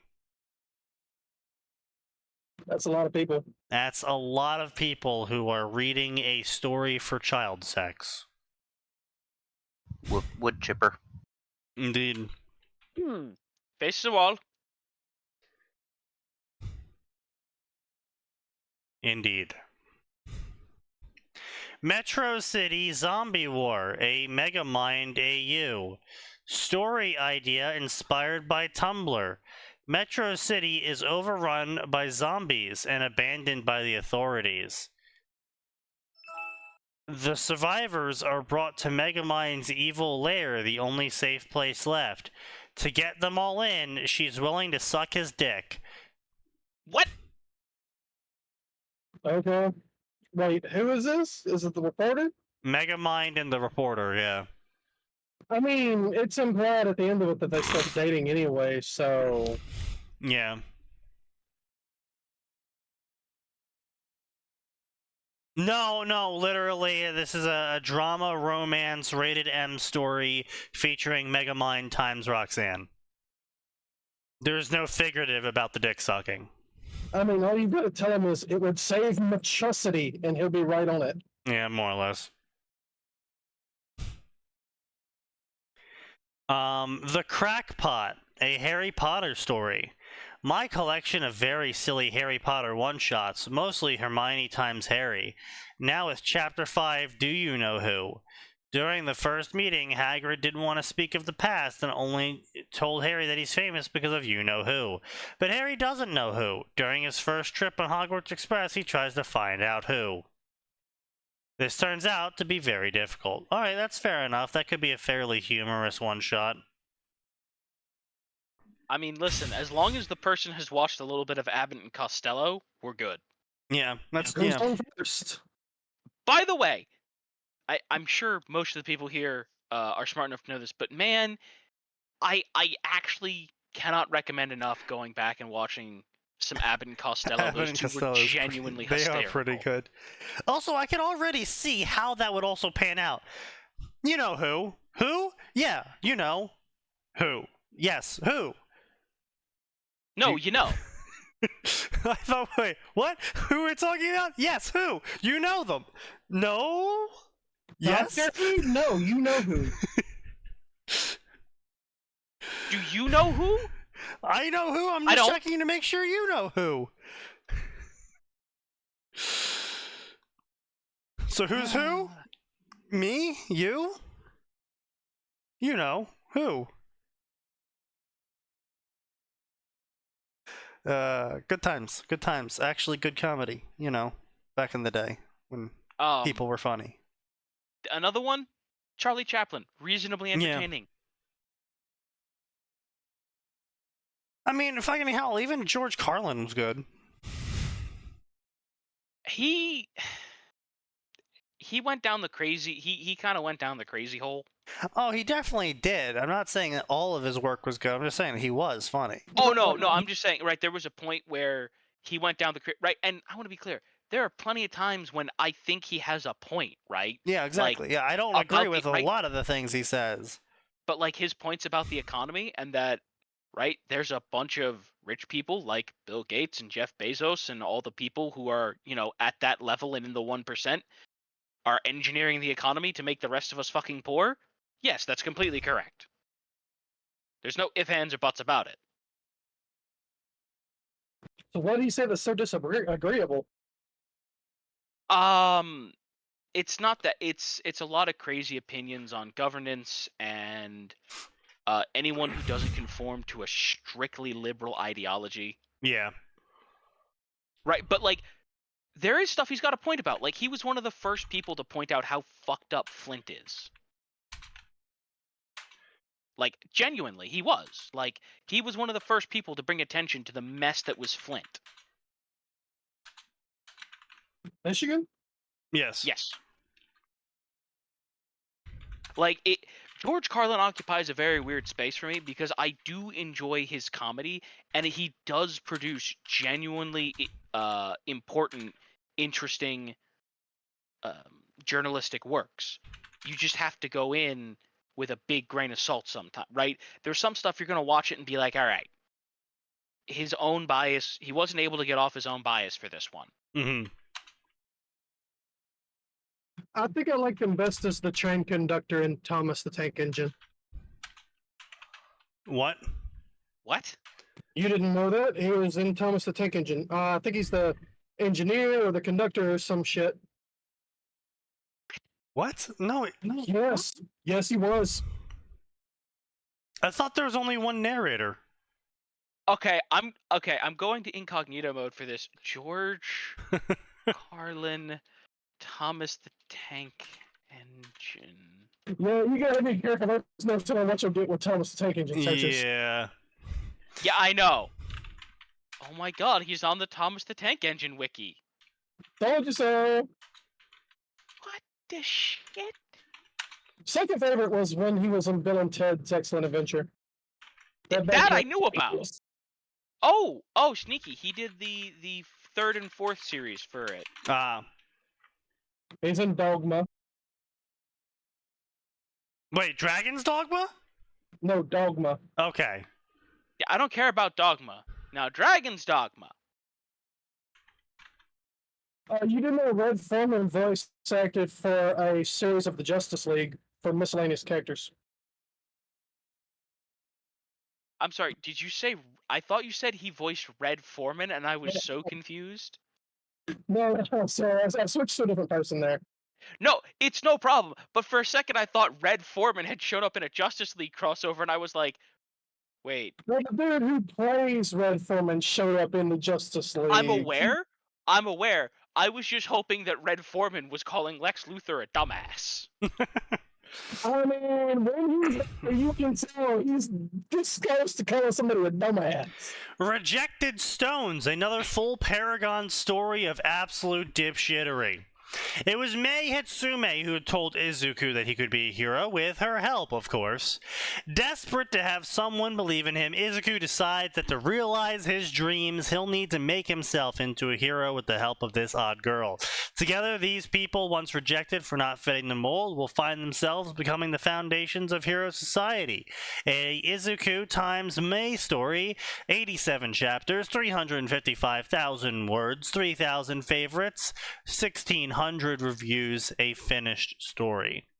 This story also features the side cast of Katsuki, Bakugo, and Hitochi S, also known as the brainwash guy that everyone hates. Or loves, unconditionally.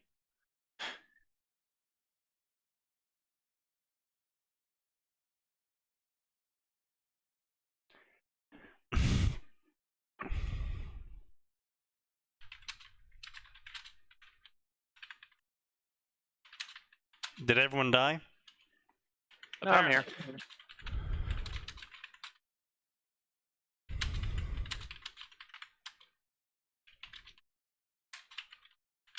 I'm here, regrettably, but I am here.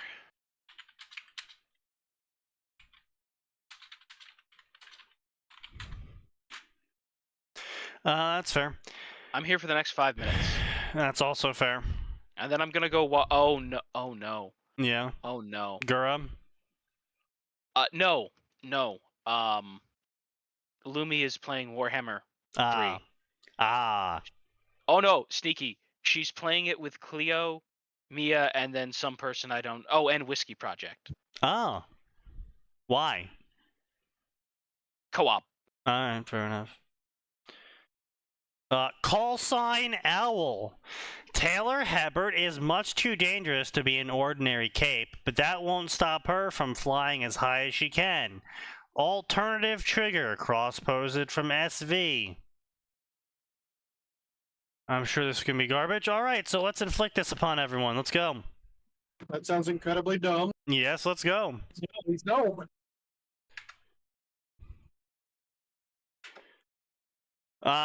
It went against the grain to wear a halter top and no bra in late January.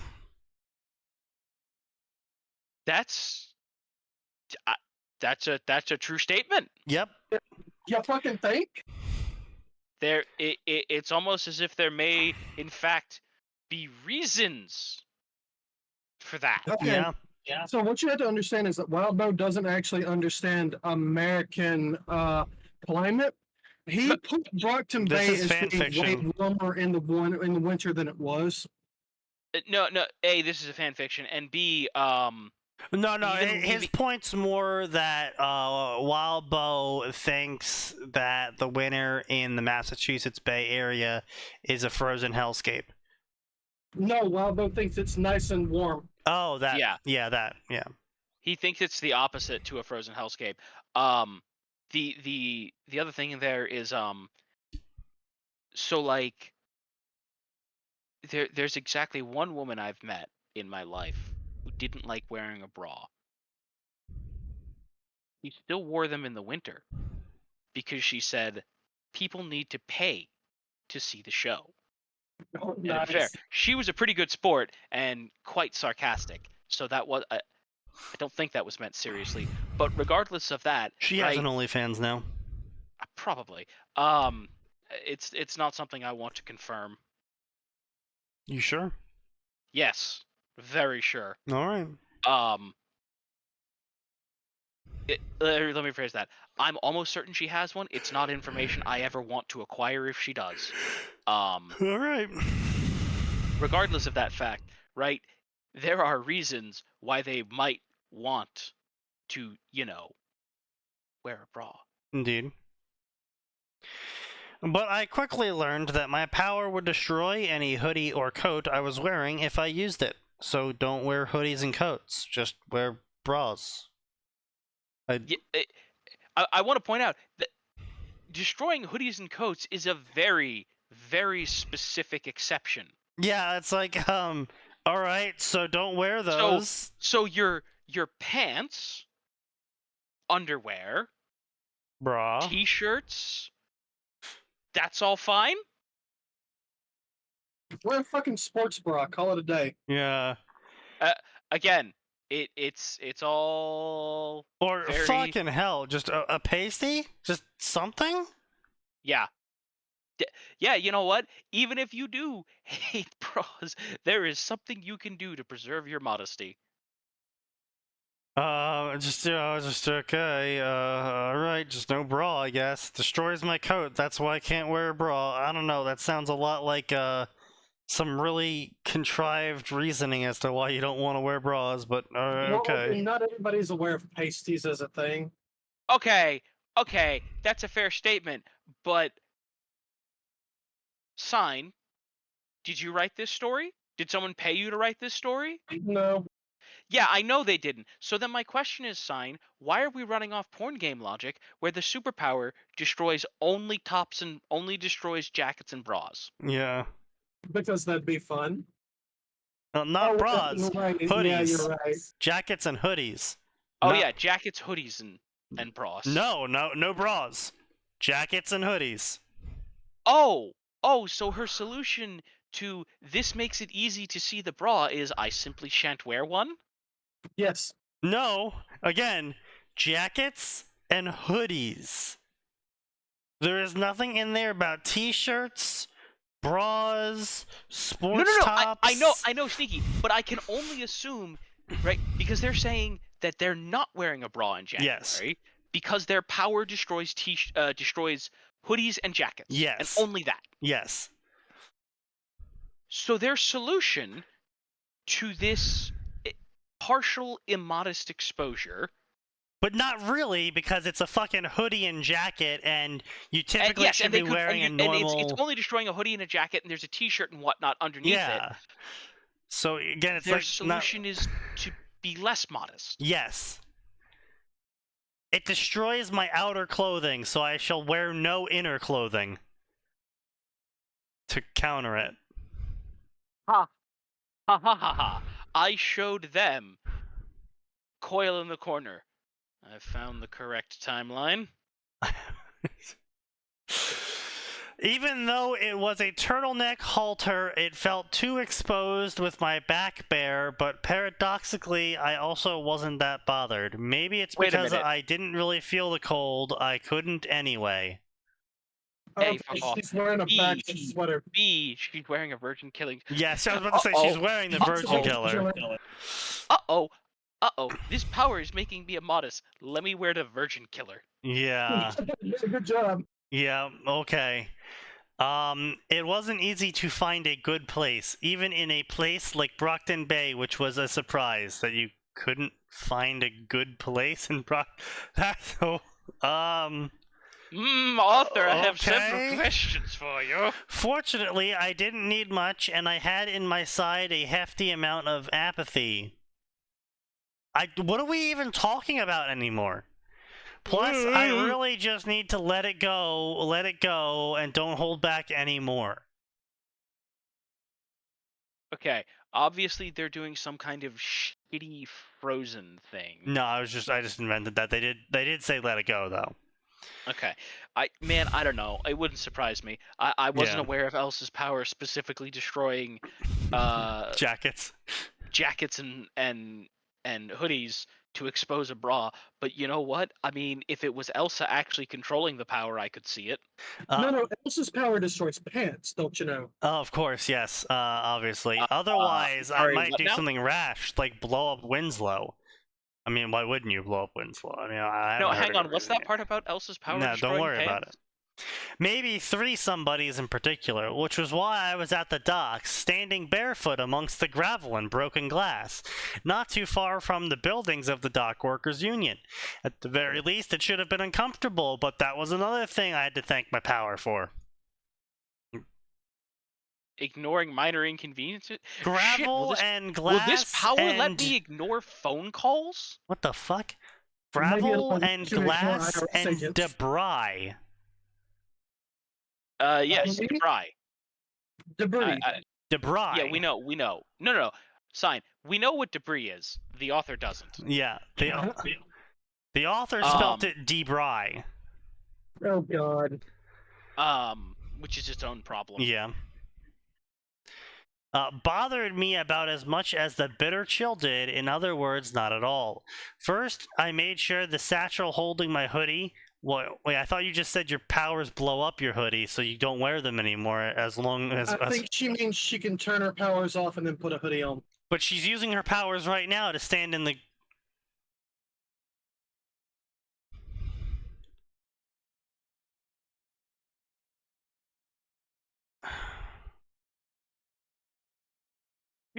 Move on before you hurt yourself. But it says she's only carrying a hoodie, shoes, socks, and glasses. Sneaky. We accepted a man having 4 arms. We accepted a Naruto with 3 arms, or was it 4 arms? No. I am more focused on the part where she says that I can't wear a bra because my hoodie explodes. So that's why I packed my hoodie away in this bag so I can put it back on when I'm done using my power. But she's still not wearing a bra afterwards. Obviously. Okay. I just want to make that clear here. Sneaky. We know. Don't you know who her mother was, Sneaky? Yes, her mother would be rolling in her grave right now. Yeah. No, her mother would be proud because, you know. Now, honestly, actually, her mother strikes me more as one of the feminists that think wearing a burqa is a good idea because men shouldn't be able to look at women lustily. I don't think she ever honestly, went quite that far. I took it the other way around. She was one of the ones doing the slut pride walk shit, is what I took it as. No, she. Okay, yes, she was radical. She didn't seem the kind to make a fool of herself. No, she did attack men though. Okay, let me rephrase this. She doesn't seem the kind to sacrifice her personal modesty in some ideological crusade. That's Break fair. the law and attack people, sure. Yeah, that's what I'm saying. She is more likely in my mind to be full burqa than slut pride.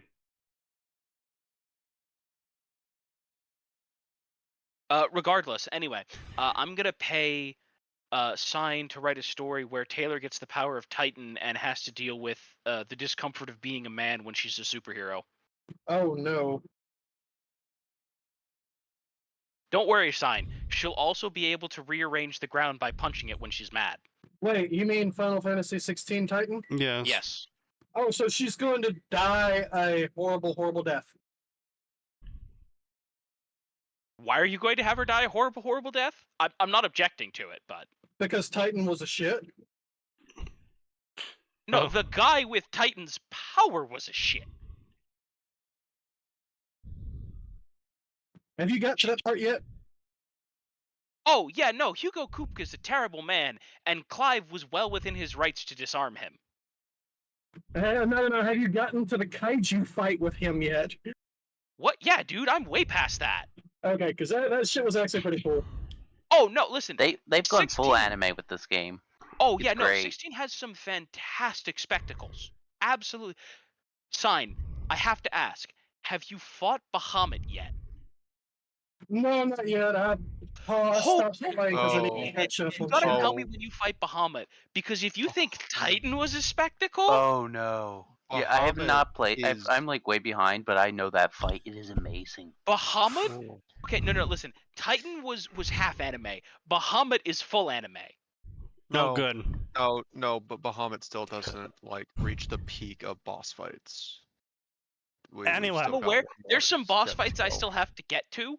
I gotta say, it's not Odin's final fight, but his introduction fight is pretty biblical. Anyway, so I relaxed the mode. grip on my power and opened my wings on my back, all 40 feet of them. It was a relief to let them out. 40 feet wingspan. On a 5-foot human.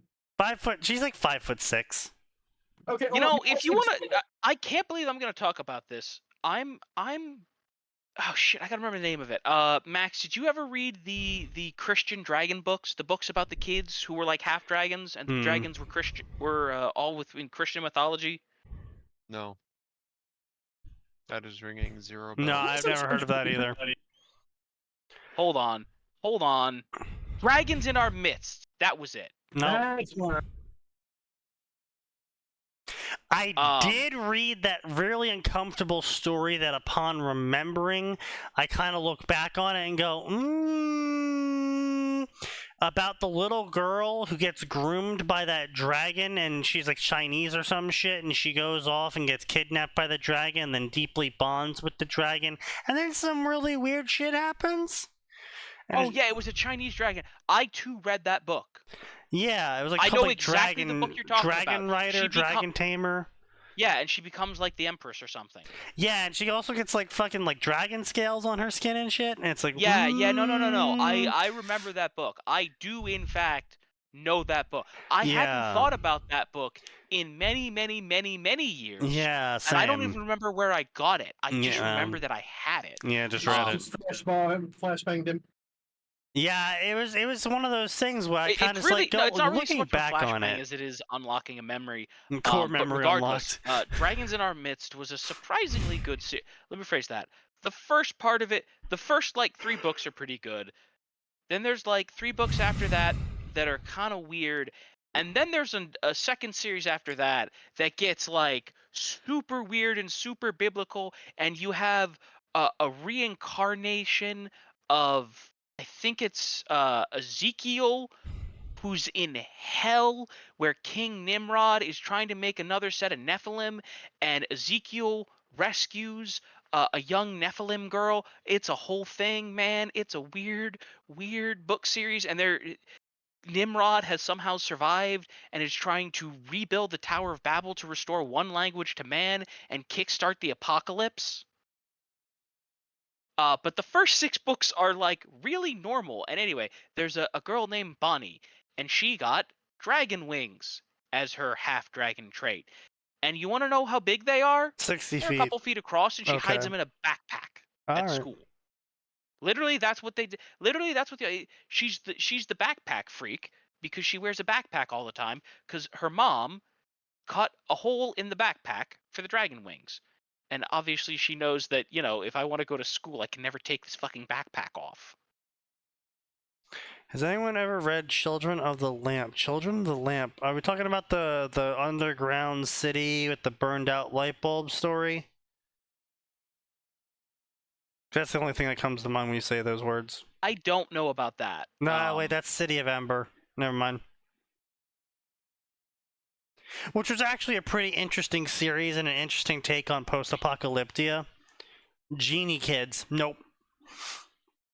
So City of Ember, I believe it was called. It was about this whole, like, city that was built underground out of a survival bunker inside a cave system. And so Lamplight. yeah, except the whole thing ran on clockwork, and like it was sort of like a vault scenario, but like it wasn't intentional. Like all of their supplies started breaking down, and like over time they couldn't replace certain gears anymore, and so they started like slapdash, you know, hillbilly style fixing it, and then that broke down, and they started running out of the more advanced materials like plastic to use.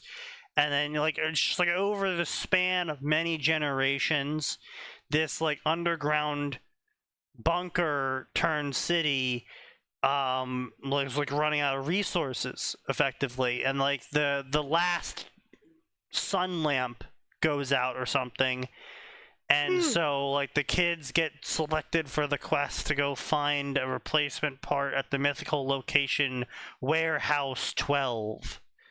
Ah, I see. So one of them is selected to go find the vault's water chip, and they're cast out of the vault, and then they go and they have a wonderful adventure in the horrible post-apocalypse. They make some friends. They come back. They successfully deliver the water chip, and then the vault dweller gets kicked out forever because fuck you. The wasteland's changed you. Sort of, except for the part where there's no apocalypse. Oh, so they got vault teched? Sort of. So basically, at one point, from my very vague recollection of 7th grade, so that's approximately, we're working off of 18 years ago memories, effectively. 17 years ago memories, something like So that. you're saying this book came well before Fallout? No, Fallout was like 98? Yeah. No, I think it was earlier. Fallout 1. I think it was 96. Hey, Sneaky, guess what? We split the fucking middle. It's 97. Damn. Curse of Ages. Anyway, Hey, by the way, Fallout 1 holds up pretty well. Even Yeah. just do yourself a favor, a genuine favor, you know, and don't look up the like 15-minute speed run. Yeah, that too. Do not look at the game. Do not look at the map of the game that people have made, because that will ruin literally everything for you. Yeah, the honestly, Wasteland 2 made this massive mistake that Fallout 1 and 2 didn't. Fallout 1 and 2 was fun to explore. Wasteland 2... Wasteland 2 was a chore. Yeah, they made everything... They made everything about the idea of exploration, but then they heavily punished you if you didn't build certain skills at a certain time with a certain party comp using certain weapons. And it was like, oh, sorry, you didn't put 8 points into toaster repair by level 4 with a EMP gun attached to your medic. Oh, sorry, I guess a main character's dead and you get bad ending now. It's like, what? Yeah, or like, oh, what's that? You made it to the end game, and energy weapons were a pain in the ass to find and use, so you don't have anyone with any skills for it. I hope you like doing no damage for the rest of the video game. Yeah, it's... That was one thing I really appreciated about New Vegas. Yeah.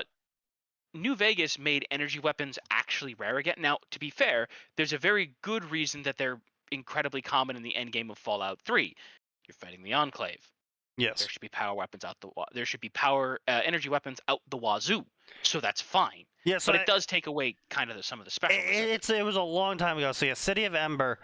So basically, as the story goes, is the kids get picked to go to this mythical location where there should be more parts, but no one ever went to this location because A, it's mythical, and basically it's like the city has existed for so long, they forgot that they were just in there for the apocalypse. You know, basically. So they from my vague recollections, like the missile sirens, the bomb sirens go off. And this large group of people go down to the bomb shelter, and either like their communication equipment breaks, or like they never hear the all clear signal, so they just think that they're in. And everyone died. Everyone else dies unless they were also in a shelter, and they don't know, however, if it's safe to open the vault doors, so they just don't. Surprise, it was all a test. Nope, it wasn't even a test. And then from what I'm recalling is there was ultimately a collapse, but it wasn't an apocalyptic collapse. It was like a society we've relied on oil technology and we ran out of oil collapse. Like, that's what the whole bomb alert scare was about. It was a resource war.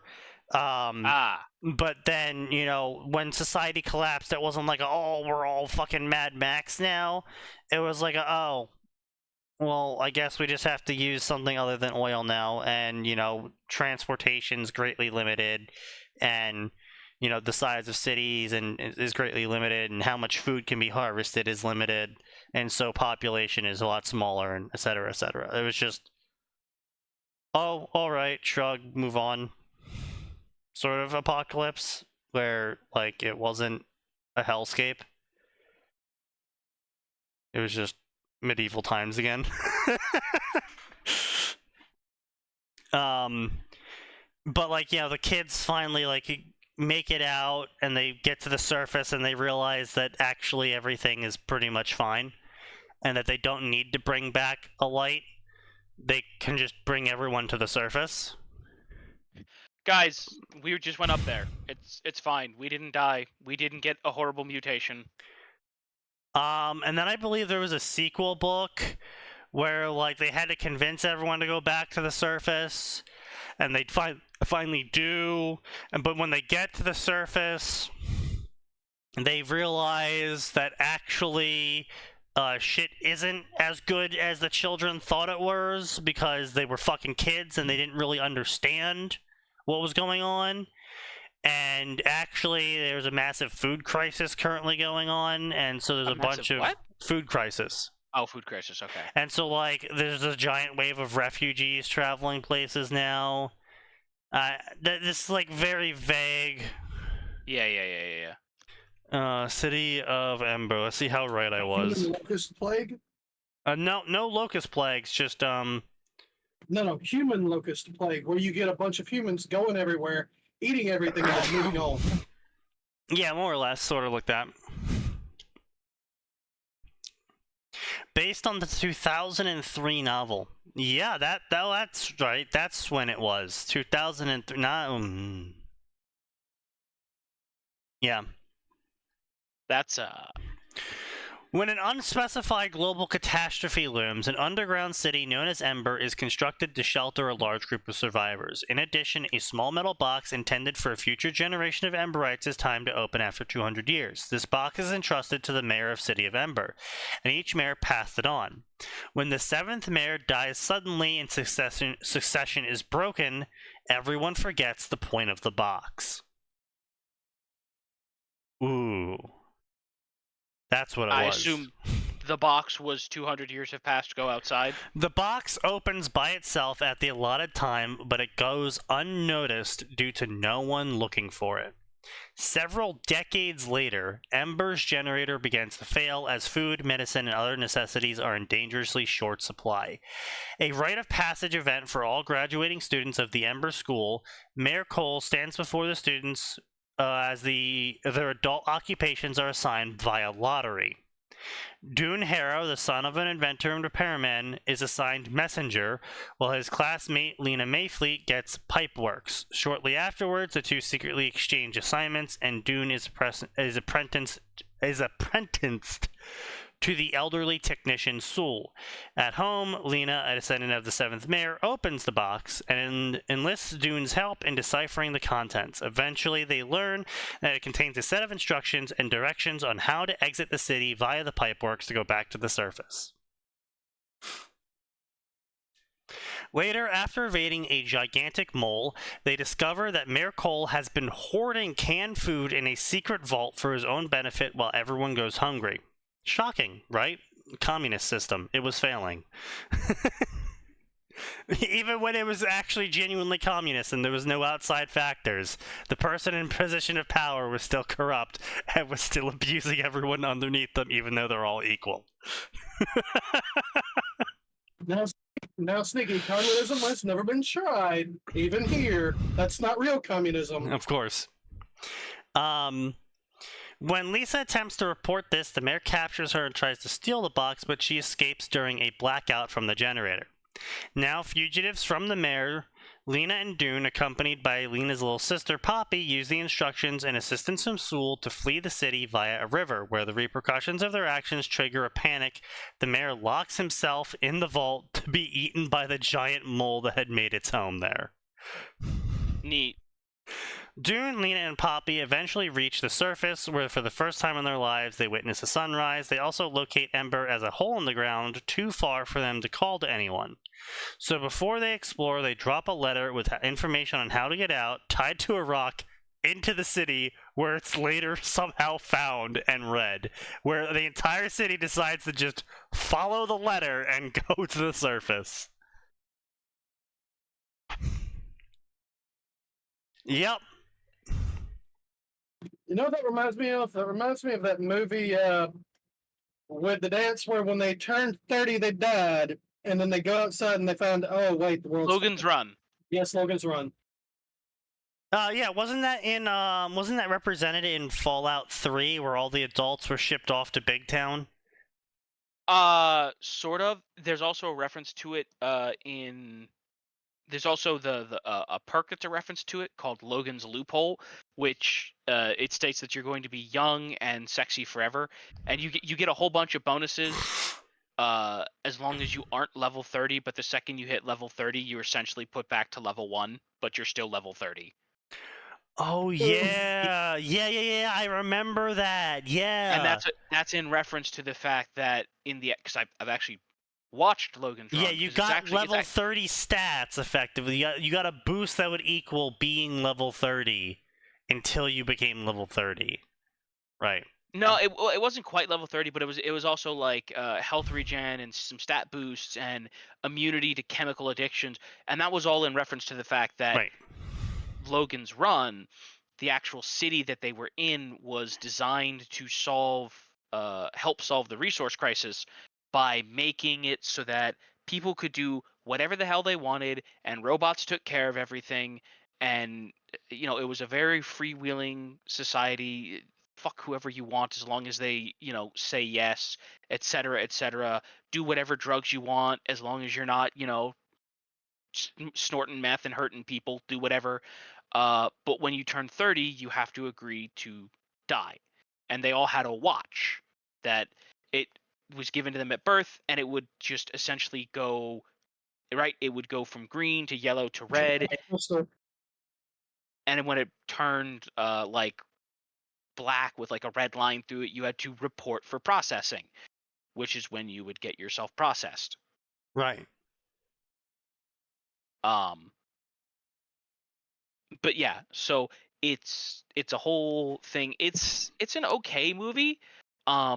It's very influenced by its time. Like, you can tell it was written by a guy who was like, oh, sex outside marriage is bad because and drugs are bad because the freewheeling supposedly utopian society is going to eventually fall into ruin and has to kill people to keep them in line because they want to use drugs and have sex.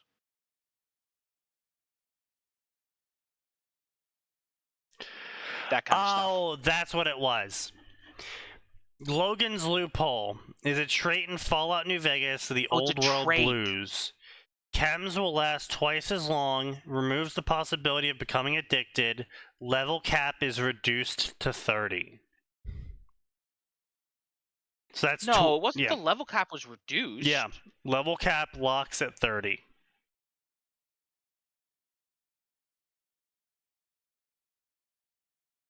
And because you got to keep in mind, 30 was the vanilla. It was like 50 or 60 was the post all DLCs. 50. Yeah, 50 was the post all DLCs Yeah. max level, which is a lot of perks and stats to miss out on. Oh no! What it was the Jay Sawyer reboot is the one that makes it reset you. Josh Sawyer being the guy who like originally wanted to balance it and worked on I forget which was it 2. I think he worked on 2 anyway. But yeah, so Logan's Loophole.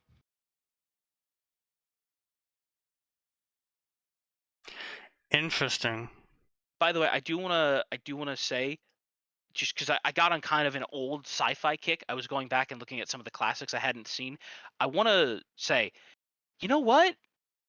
I gotta be real with you guys. I watched the original Blade Runner. That's a stupid fucking movie. You shut your mouth. Oh wow, this No, I'm sorry. The original Blade Runner, it's not that great. It certainly had an interesting aesthetic, and that aesthetic absolutely became pivotal and informed an insane amount of stuff for future generations, obviously specifically in the cyberpunk. But like, that movie is so up its own ass. Fuck off. It's Nah, garbage. dude, the entire ending makes 0 sense. It's been a hot minute, so I don't remember. You the cannot ending. tell me that any of the events in the last 15 minutes make any sense, except maybe at the absolute very end with the replicant, where he decides to save Harrison Ford's character after he's gone completely loopy, and he regains a brief moment of sanity. Oh, I remember that movie. That was a really weird ending. Yeah, the whole thing with the girl completely having the ability to kill him and just Yeah. not, and she has definitely not gone that far off her rocker yet. Yeah. Anyway, so gentlemen, here's the sequel, and this sequel, I did not realize how based it was. Oh no.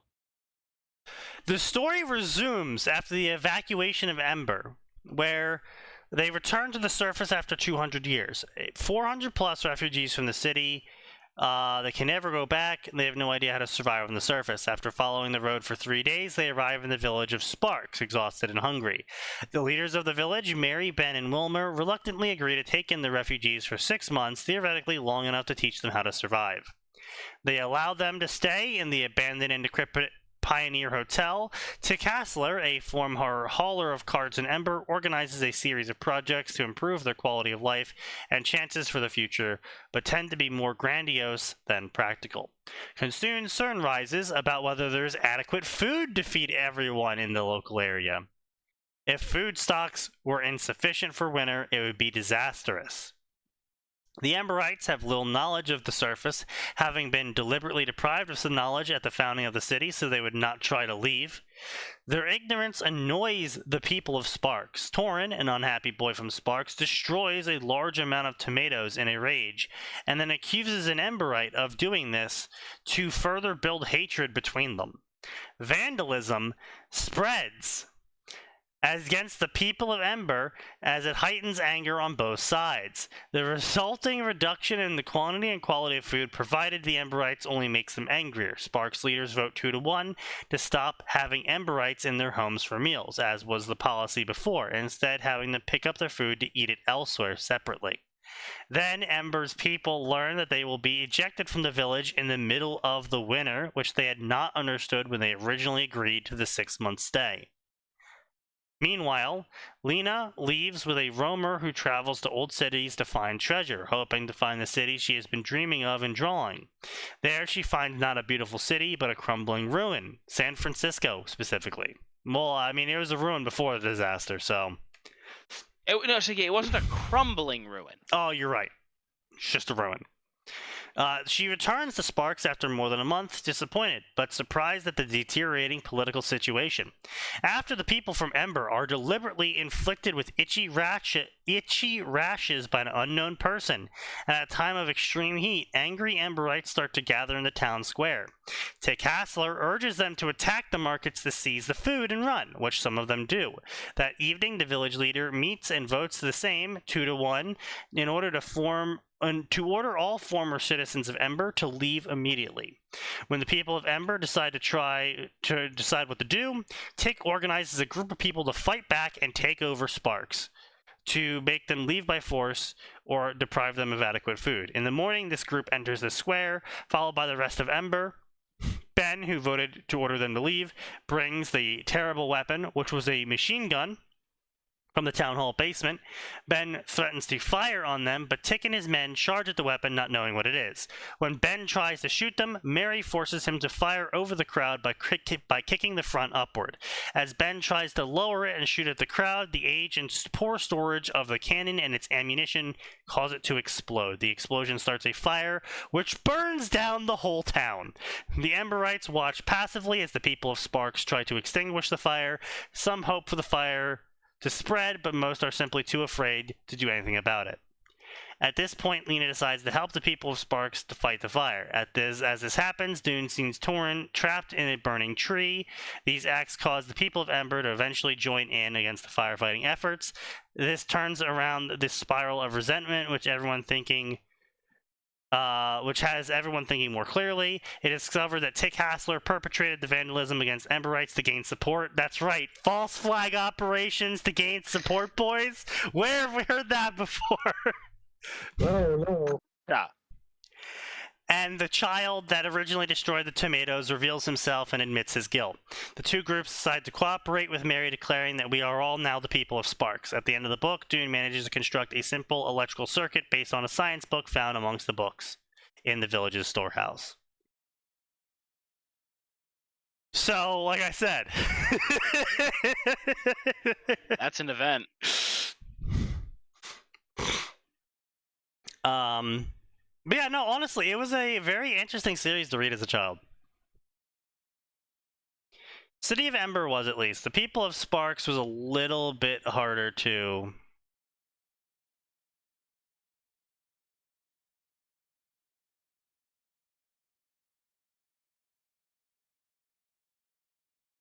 a little bit harder to digest as a child when I was a wee lad.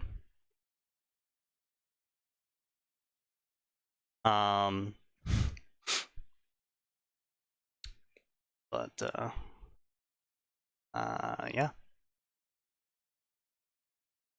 Yeah, indeed.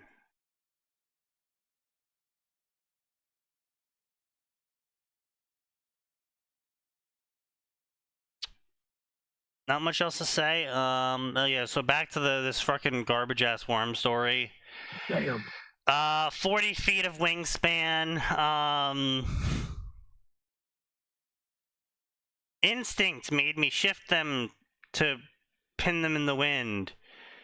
My wings weren't light at all. The gravel beneath me was compressed underneath my sheer weight. These weren't like the wings of a bird or bat. They didn't look like flesh and blood. I could flex them. They were a dull metallic black, angular, and menacing. They're unusual. Why were they fucking 40 feet down? Okay, so I could see, okay. If they were going to be like, oh yeah, it's fucking owl wings, and so they have to be 40 feet because they saw that Tumblr post about how for a human to be able to fly, they would need 40 feet of wings. I'm getting food. Fuck this idiocy. I can see that, but if you're like, oh yeah, they got fucking wings and they're made of steel, and they're 40 feet long, it's like, what the fuck? Do you realize how long 40 feet is? It's pretty big. There were shuttered openings along every surface that I instinctively knew carried bombs, missiles, and bullets. And lasers. Wait, wait, what? She's part mecha? She's part mecha? That is fucking awesome. What? Interest. 4 recessed weapon blisters flush with the surface of my wings held turrets, and the top 2 dorsal surfaces of my wings. Jesus, this girl is at a mecha level of armed. What in the absolute fuck? Second Amendment, fuck yes. Part of me knew I could raise a third of Brockton Bay without any effort, if I really wanted to, and I didn't. It would have been too easy to slaughter them all. I didn't care about collateral damage. No, wait, I did. Instead of releasing my truly horrific power-granted ordinance on the 3 bitches who may or may not have deserved it, I stretched my wings out And unfortunately, there was a section of the old dock that could serve as a runway. Wait, so she's just a fucking mecha? She can't use VTOL. Apparently, she is they work like bird wings still, apparently, where she has to flap them. Does it say that? Yeah, because so she's running, the ground cracks under my weight, I hear the engine spit up! Wait, what? Okay, so if she's got engines, she doesn't have to flap them. She just doesn't have VTOL. I guess, that's really... Seems like... And doesn't know about the whole fixed wing shifting thing where you can shift from fixed wing flight Yeah. to VTOL. So the engines start rumbling, and then I lean forward, and the only thing that keeps me from face planting was my own forward momentum. Yeah, congratulations. Welcome to being an A10. Oh, no, sorry, not an A10. The F-15. F4. And an F4. Yeah. Technically speaking, the F-15 doesn't need any sort of updraft. It just goes so fast, it doesn't go down. Yeah, they proved that with an F4, you can fly a brick as long as you've got enough thrust. Yeah, they proved that with the F-15. There was because there was one time where both its wings got shot off and it still managed to land. Yes. Just go fast enough, you'll be fine. Just go fast enough. Eventually, gravity just stops working. I mean, that is how it works, yes. Fucking humanity. Oh god. So anyway, I build up thrust. I felt how the narrow rectangular intakes on my twin engines hissed. My feet left the ground. It was extremely awkward. Yeah, okay, so she's just a plane? She's a normal plane with... She's a girl with plane wings that come out of her back. Like one of those fucking... She's a plane girl, like Strike Witches. It's like, no, it's like one of those, you've seen those little, like, fake out GIFs, movies, clips before, right? Where the girl's like, oh no, you'll see it! And she screams, and then as she screams, she, like, fucking mecha shifts into, like, a plane or a car. Oh, yeah. It's like that, except it's just wings. A 40-foot wingspan folds out from this one girl, and she just... She's wearing a virgin killer as she's... Well, I mean, you can understand now why she can't wear anything that would interfere with those wings. I mean, I guess. I still feel like a sports bra or some sort of, like... Should be fucking fun.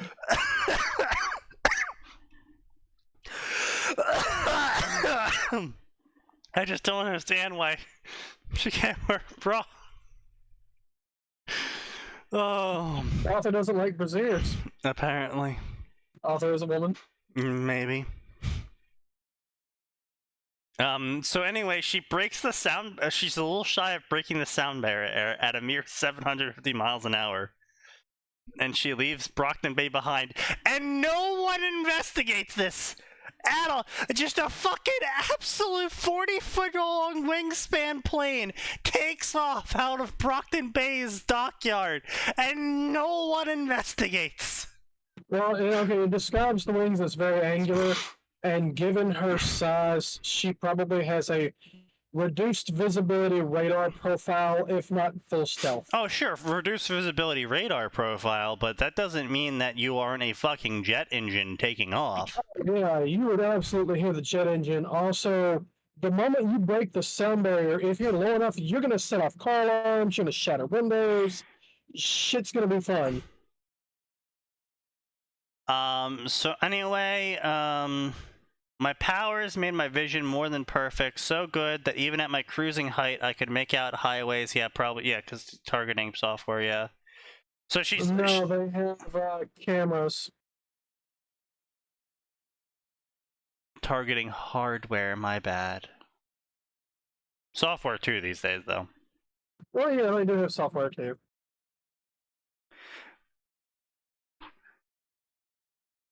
But her power is literally just, I'm a half a Murica plane.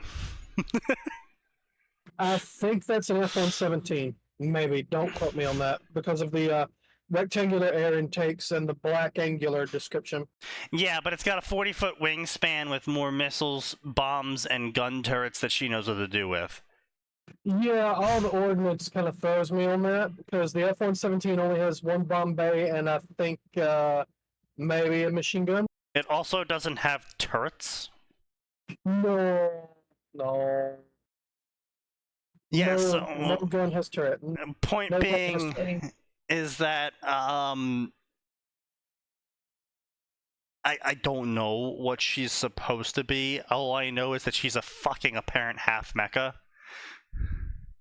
She identifies as an Apache attack helicopter. Actually, excuse you, she identifies as an F-15. Nice. I mean, apparently somewhere out there, a bard fucked a transformer.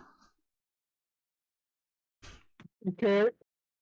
How funny would that be, though, actually, if that's what you have? Like, you make this whole thing about Taylor having this, like, fucking power where she turns into a plane and, like, has, like, fucking, you know, ordnance that the military from the U.S. could only dream of.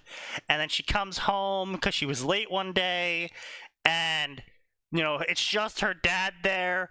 Her dad's just fucking Optimus Prime or Starscream or something.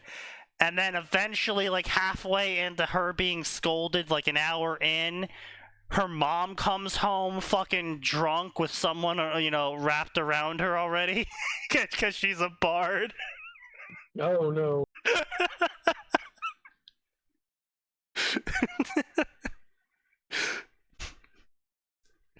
It's like, yeah, actually, you guys all thought Taylor had powers.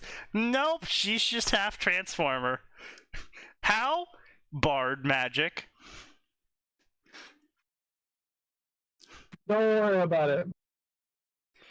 Don't question it. I should have grabbed the map too. I had the ghosting, distracting sensation that I occasionally felt across my skin was radar. I was being hit with radar. And I could even hear and send radio transmissions. Lucky me. I figured that out just in time to receive a tongue lashing from an air traffic controller who definitely did not appreciate my near blundering right into restricted airspace. He appreciated my lack of flight plan even less. You don't actually have to give a flight plan. 1, 2. Restricted airspace starts above 5,000 feet. Which she probably was doing, by the way. Yeah, she probably was doing 5,000, but she doesn't have to file a flight plan. Yeah, I know. But, I mean, that doesn't mean they're not gonna be doesn't mean they're gonna be happy with you. If you're like, oh, well, I don't have one. Okay, well, you almost just hit restricted airspace. Yeah, well, it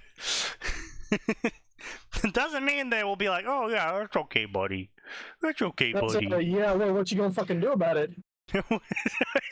Well, Fort Myers is nearby, so, I'm pretty sure I've got more guns than all of the planes on your fort combined.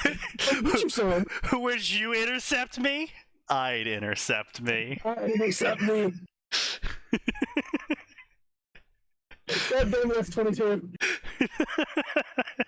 That's what she is. She's an F-22. She identifies as an F-22. So, she flew off in the middle of the conversation because she didn't like talking to people. On the plus side, I learned my max airspeed is Mach 2. That's kind of lame, actually. That's shit. Yeah, that's garbage. On the downside, the discovery of this potential max speed was followed by noticing a pair of jets strafing me. Oh no.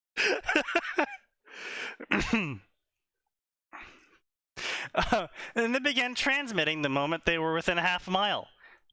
Half a mile is basically knife fighting range. Yes. Yes. Alright, so this is just an author who does not understand anything. Aviation, aerial maneuvering. He hasn't even watched Top Gun. Unidentified aircraft. That's not what they would start with. A. No. This is 131 Fighter Squadron, Minuteman 1. You're hereby ordered to slow to 550 knots and fall into formation to escort to Barnes Air National Guard Base. Failure to comply. I didn't listen to that rest because I panicked and got stupid again. Yeah, that's Taylor. Yeah. I instinctively knew my wings weren't intended for the gymnastics that the dedicated aircraft like two F-15C config Eagles. Oh, bullshit. No, she said she wasn't. Yeah, I know. What I'm saying is the F-15C is not actually all that acrobatic. Now, if they'd said F-15, the new one, X. Oh, the X? Yeah, yeah, that's fair. Because X has thrust vectoring. The C's do not. They could accelerate much faster and were more maneuverable than me, but my max airspeed was twice theirs? Wait, whoa, whoa, whoa. Hold the fuck up.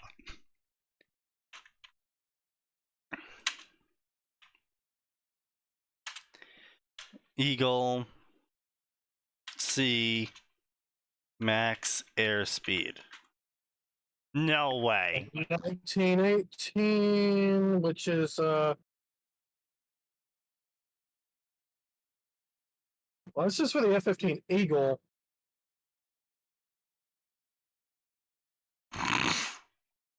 Oh yeah, the F-15 Eagle. Wait, the F-15 Eagle is E, not C.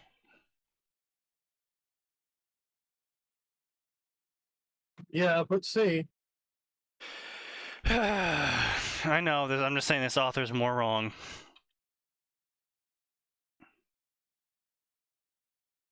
Maximum, oh really? Okay, so maximum speed is 0.9. Really? Bullshit.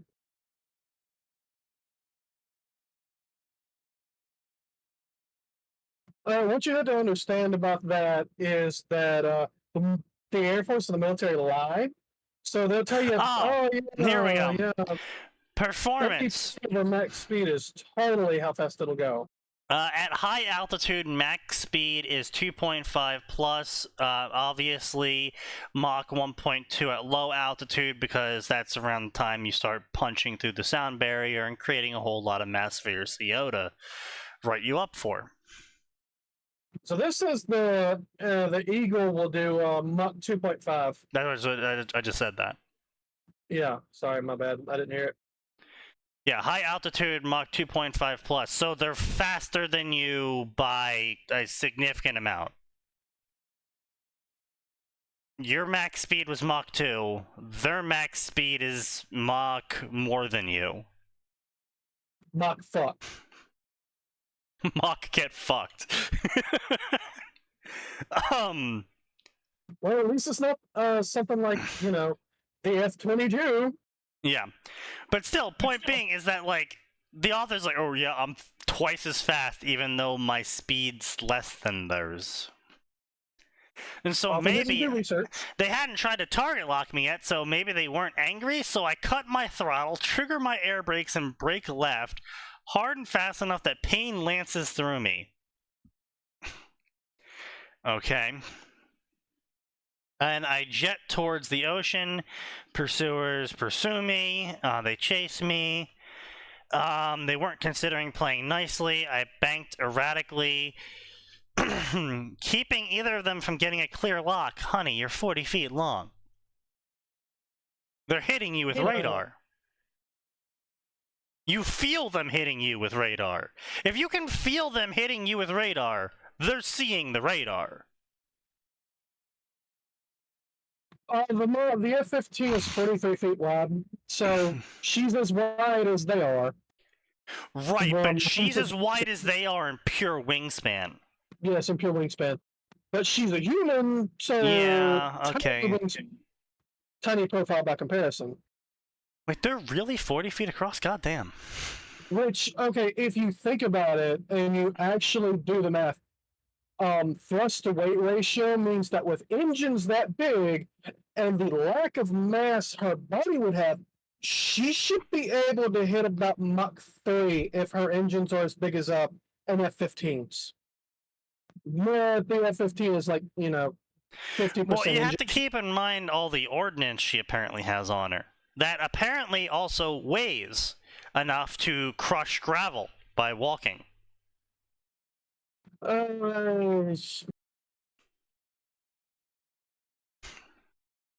Hand waving bullshit. Yeah, I mean, like, I don't know. I feel like this author made a lot of mistakes here. Like, they had the whole weight thing. The wings were heavy, but they weren't heavy. She's half as fast as an F-15, but she's twice as fast as them. I don't know. She's less maneuverable than them, but Which doesn't make any sense. yeah, I'm also her wings are actual bird wings in visibility, but she's got guns and missiles and bombs and jets coming out of them.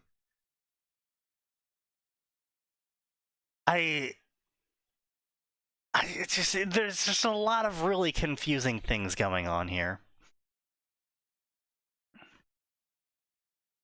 Anyway, so, I kept doing my acceleration enough to allow them to close the distance, which was bullshit because those planes were 30 years old, and it wasn't fair they could move like that because I'm much more advanced than them. Yeah, that's what a lot of people said before they got knocked out of the air by an F-15. That's what a lot of people said before they got knocked the fuck out by an A-10. It's bullshit that it can do that. Yeah, well, fuck you.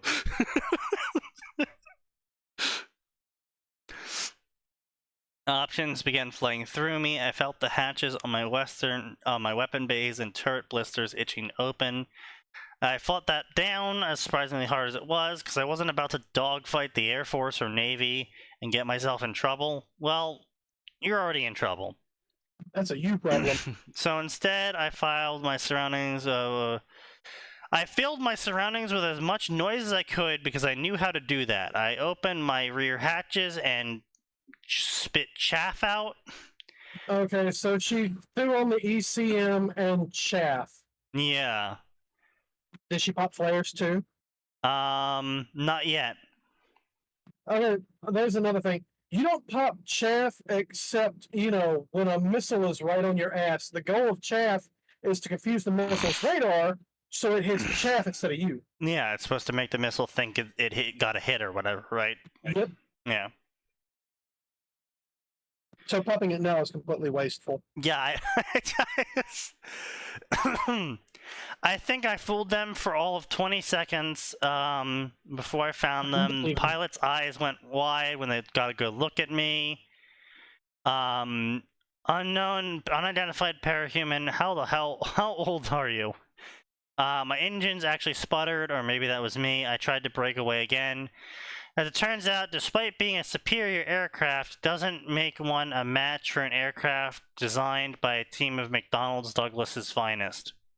Well, that means you're not the superior aircraft. Okay, no, see, the whole parahuman thing means you should have actually been superior. Well, yeah, but my point is they're like, well, despite being better, I still lost. It's like, well, Yeah. that means you're not better. If you still lost, that means you aren't better. Well, okay, Sneaky, she's from that school of, oh, it's okay, honey, you're better in other ways. Of course, my bad, of course. You still get a participation trophy. War crime. Better at war crime. Yes, actually. Yes, actually.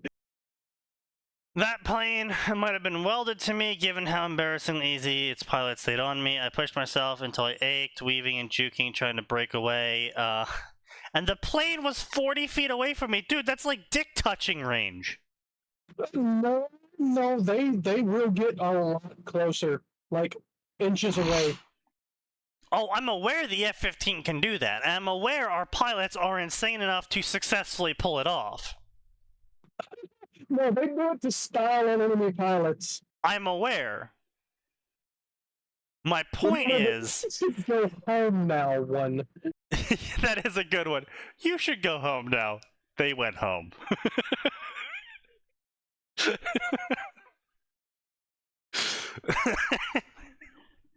Yeah. My point being, though, is 40 feet away when you are going, Mach 2.5 plus, while juking and jiving, It's pretty close. that's like I said, that's dick touching range. Like you've passed knife fight range. You're now touching each other almost, literally. It was so nerve-wrackingly close. Oh, so the author does admit it this time. Interesting. Was the pilot insane? What kind of lunatic crowds another plane in the air like that? Okay, I wasn't really a plane, but still. I finally threw in the towel when he directed his F-15 to fly upside down above me, close enough that I could look up into him. Unknown parahuman. He pulled his book out and began flipping through pages. Oh, no. Unknown parahuman, this is Minuteman 1, call sign Scarecrow. Okay, it's Kakashi. Great, Oh, fantastic. fuck off. If you're quite finished, he drawled, I wouldn't mind going back to base to catch the latest episode of Simpsons. Last episode, they revealed that Maude Flanders faked her death to become a member of Haven, and I want to know how that's going to turn out with her husband Ned dating Edna Crapbell now. So apparently Simpsons in this Wormverse is a Game of Thrones mixed with Spanish dramedy show. No. Why? An hour later, I was on a military runway. It was tricky because I was nervous. I was being tracked by anti-aircraft, but I slowed down as much as I could until I was gliding more than flying, and still damn near stumbled the instant my bare feet hit tarmac. Sparks flew on my bare feet as I skidded across the ground before I began braking. For long, I stumbled to a stop. For all a moment I could do was wheeze it like a set of bellows. With the wings coming out of my spine, I couldn't bend over that way. Military transport pulled up. I was very politely handcuffed and thrown into a Hummer. No.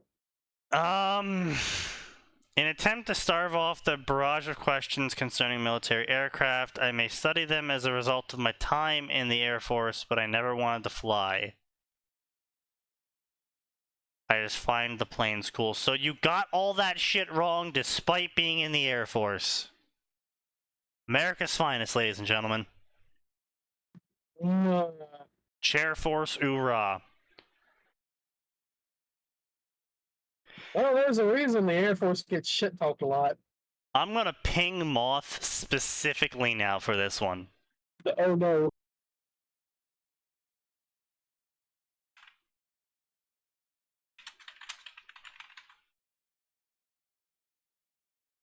Oh, whoopsies. Wrong section. Alright, well, that was... Yeah, like that, yeah.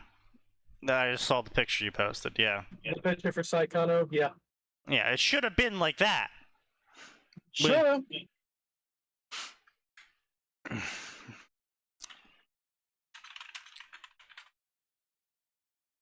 Anyway, so we're going to close up here, ladies and gentlemen. Have a good one, everybody. See you next time on Friday, because there's always more and it always gets worse.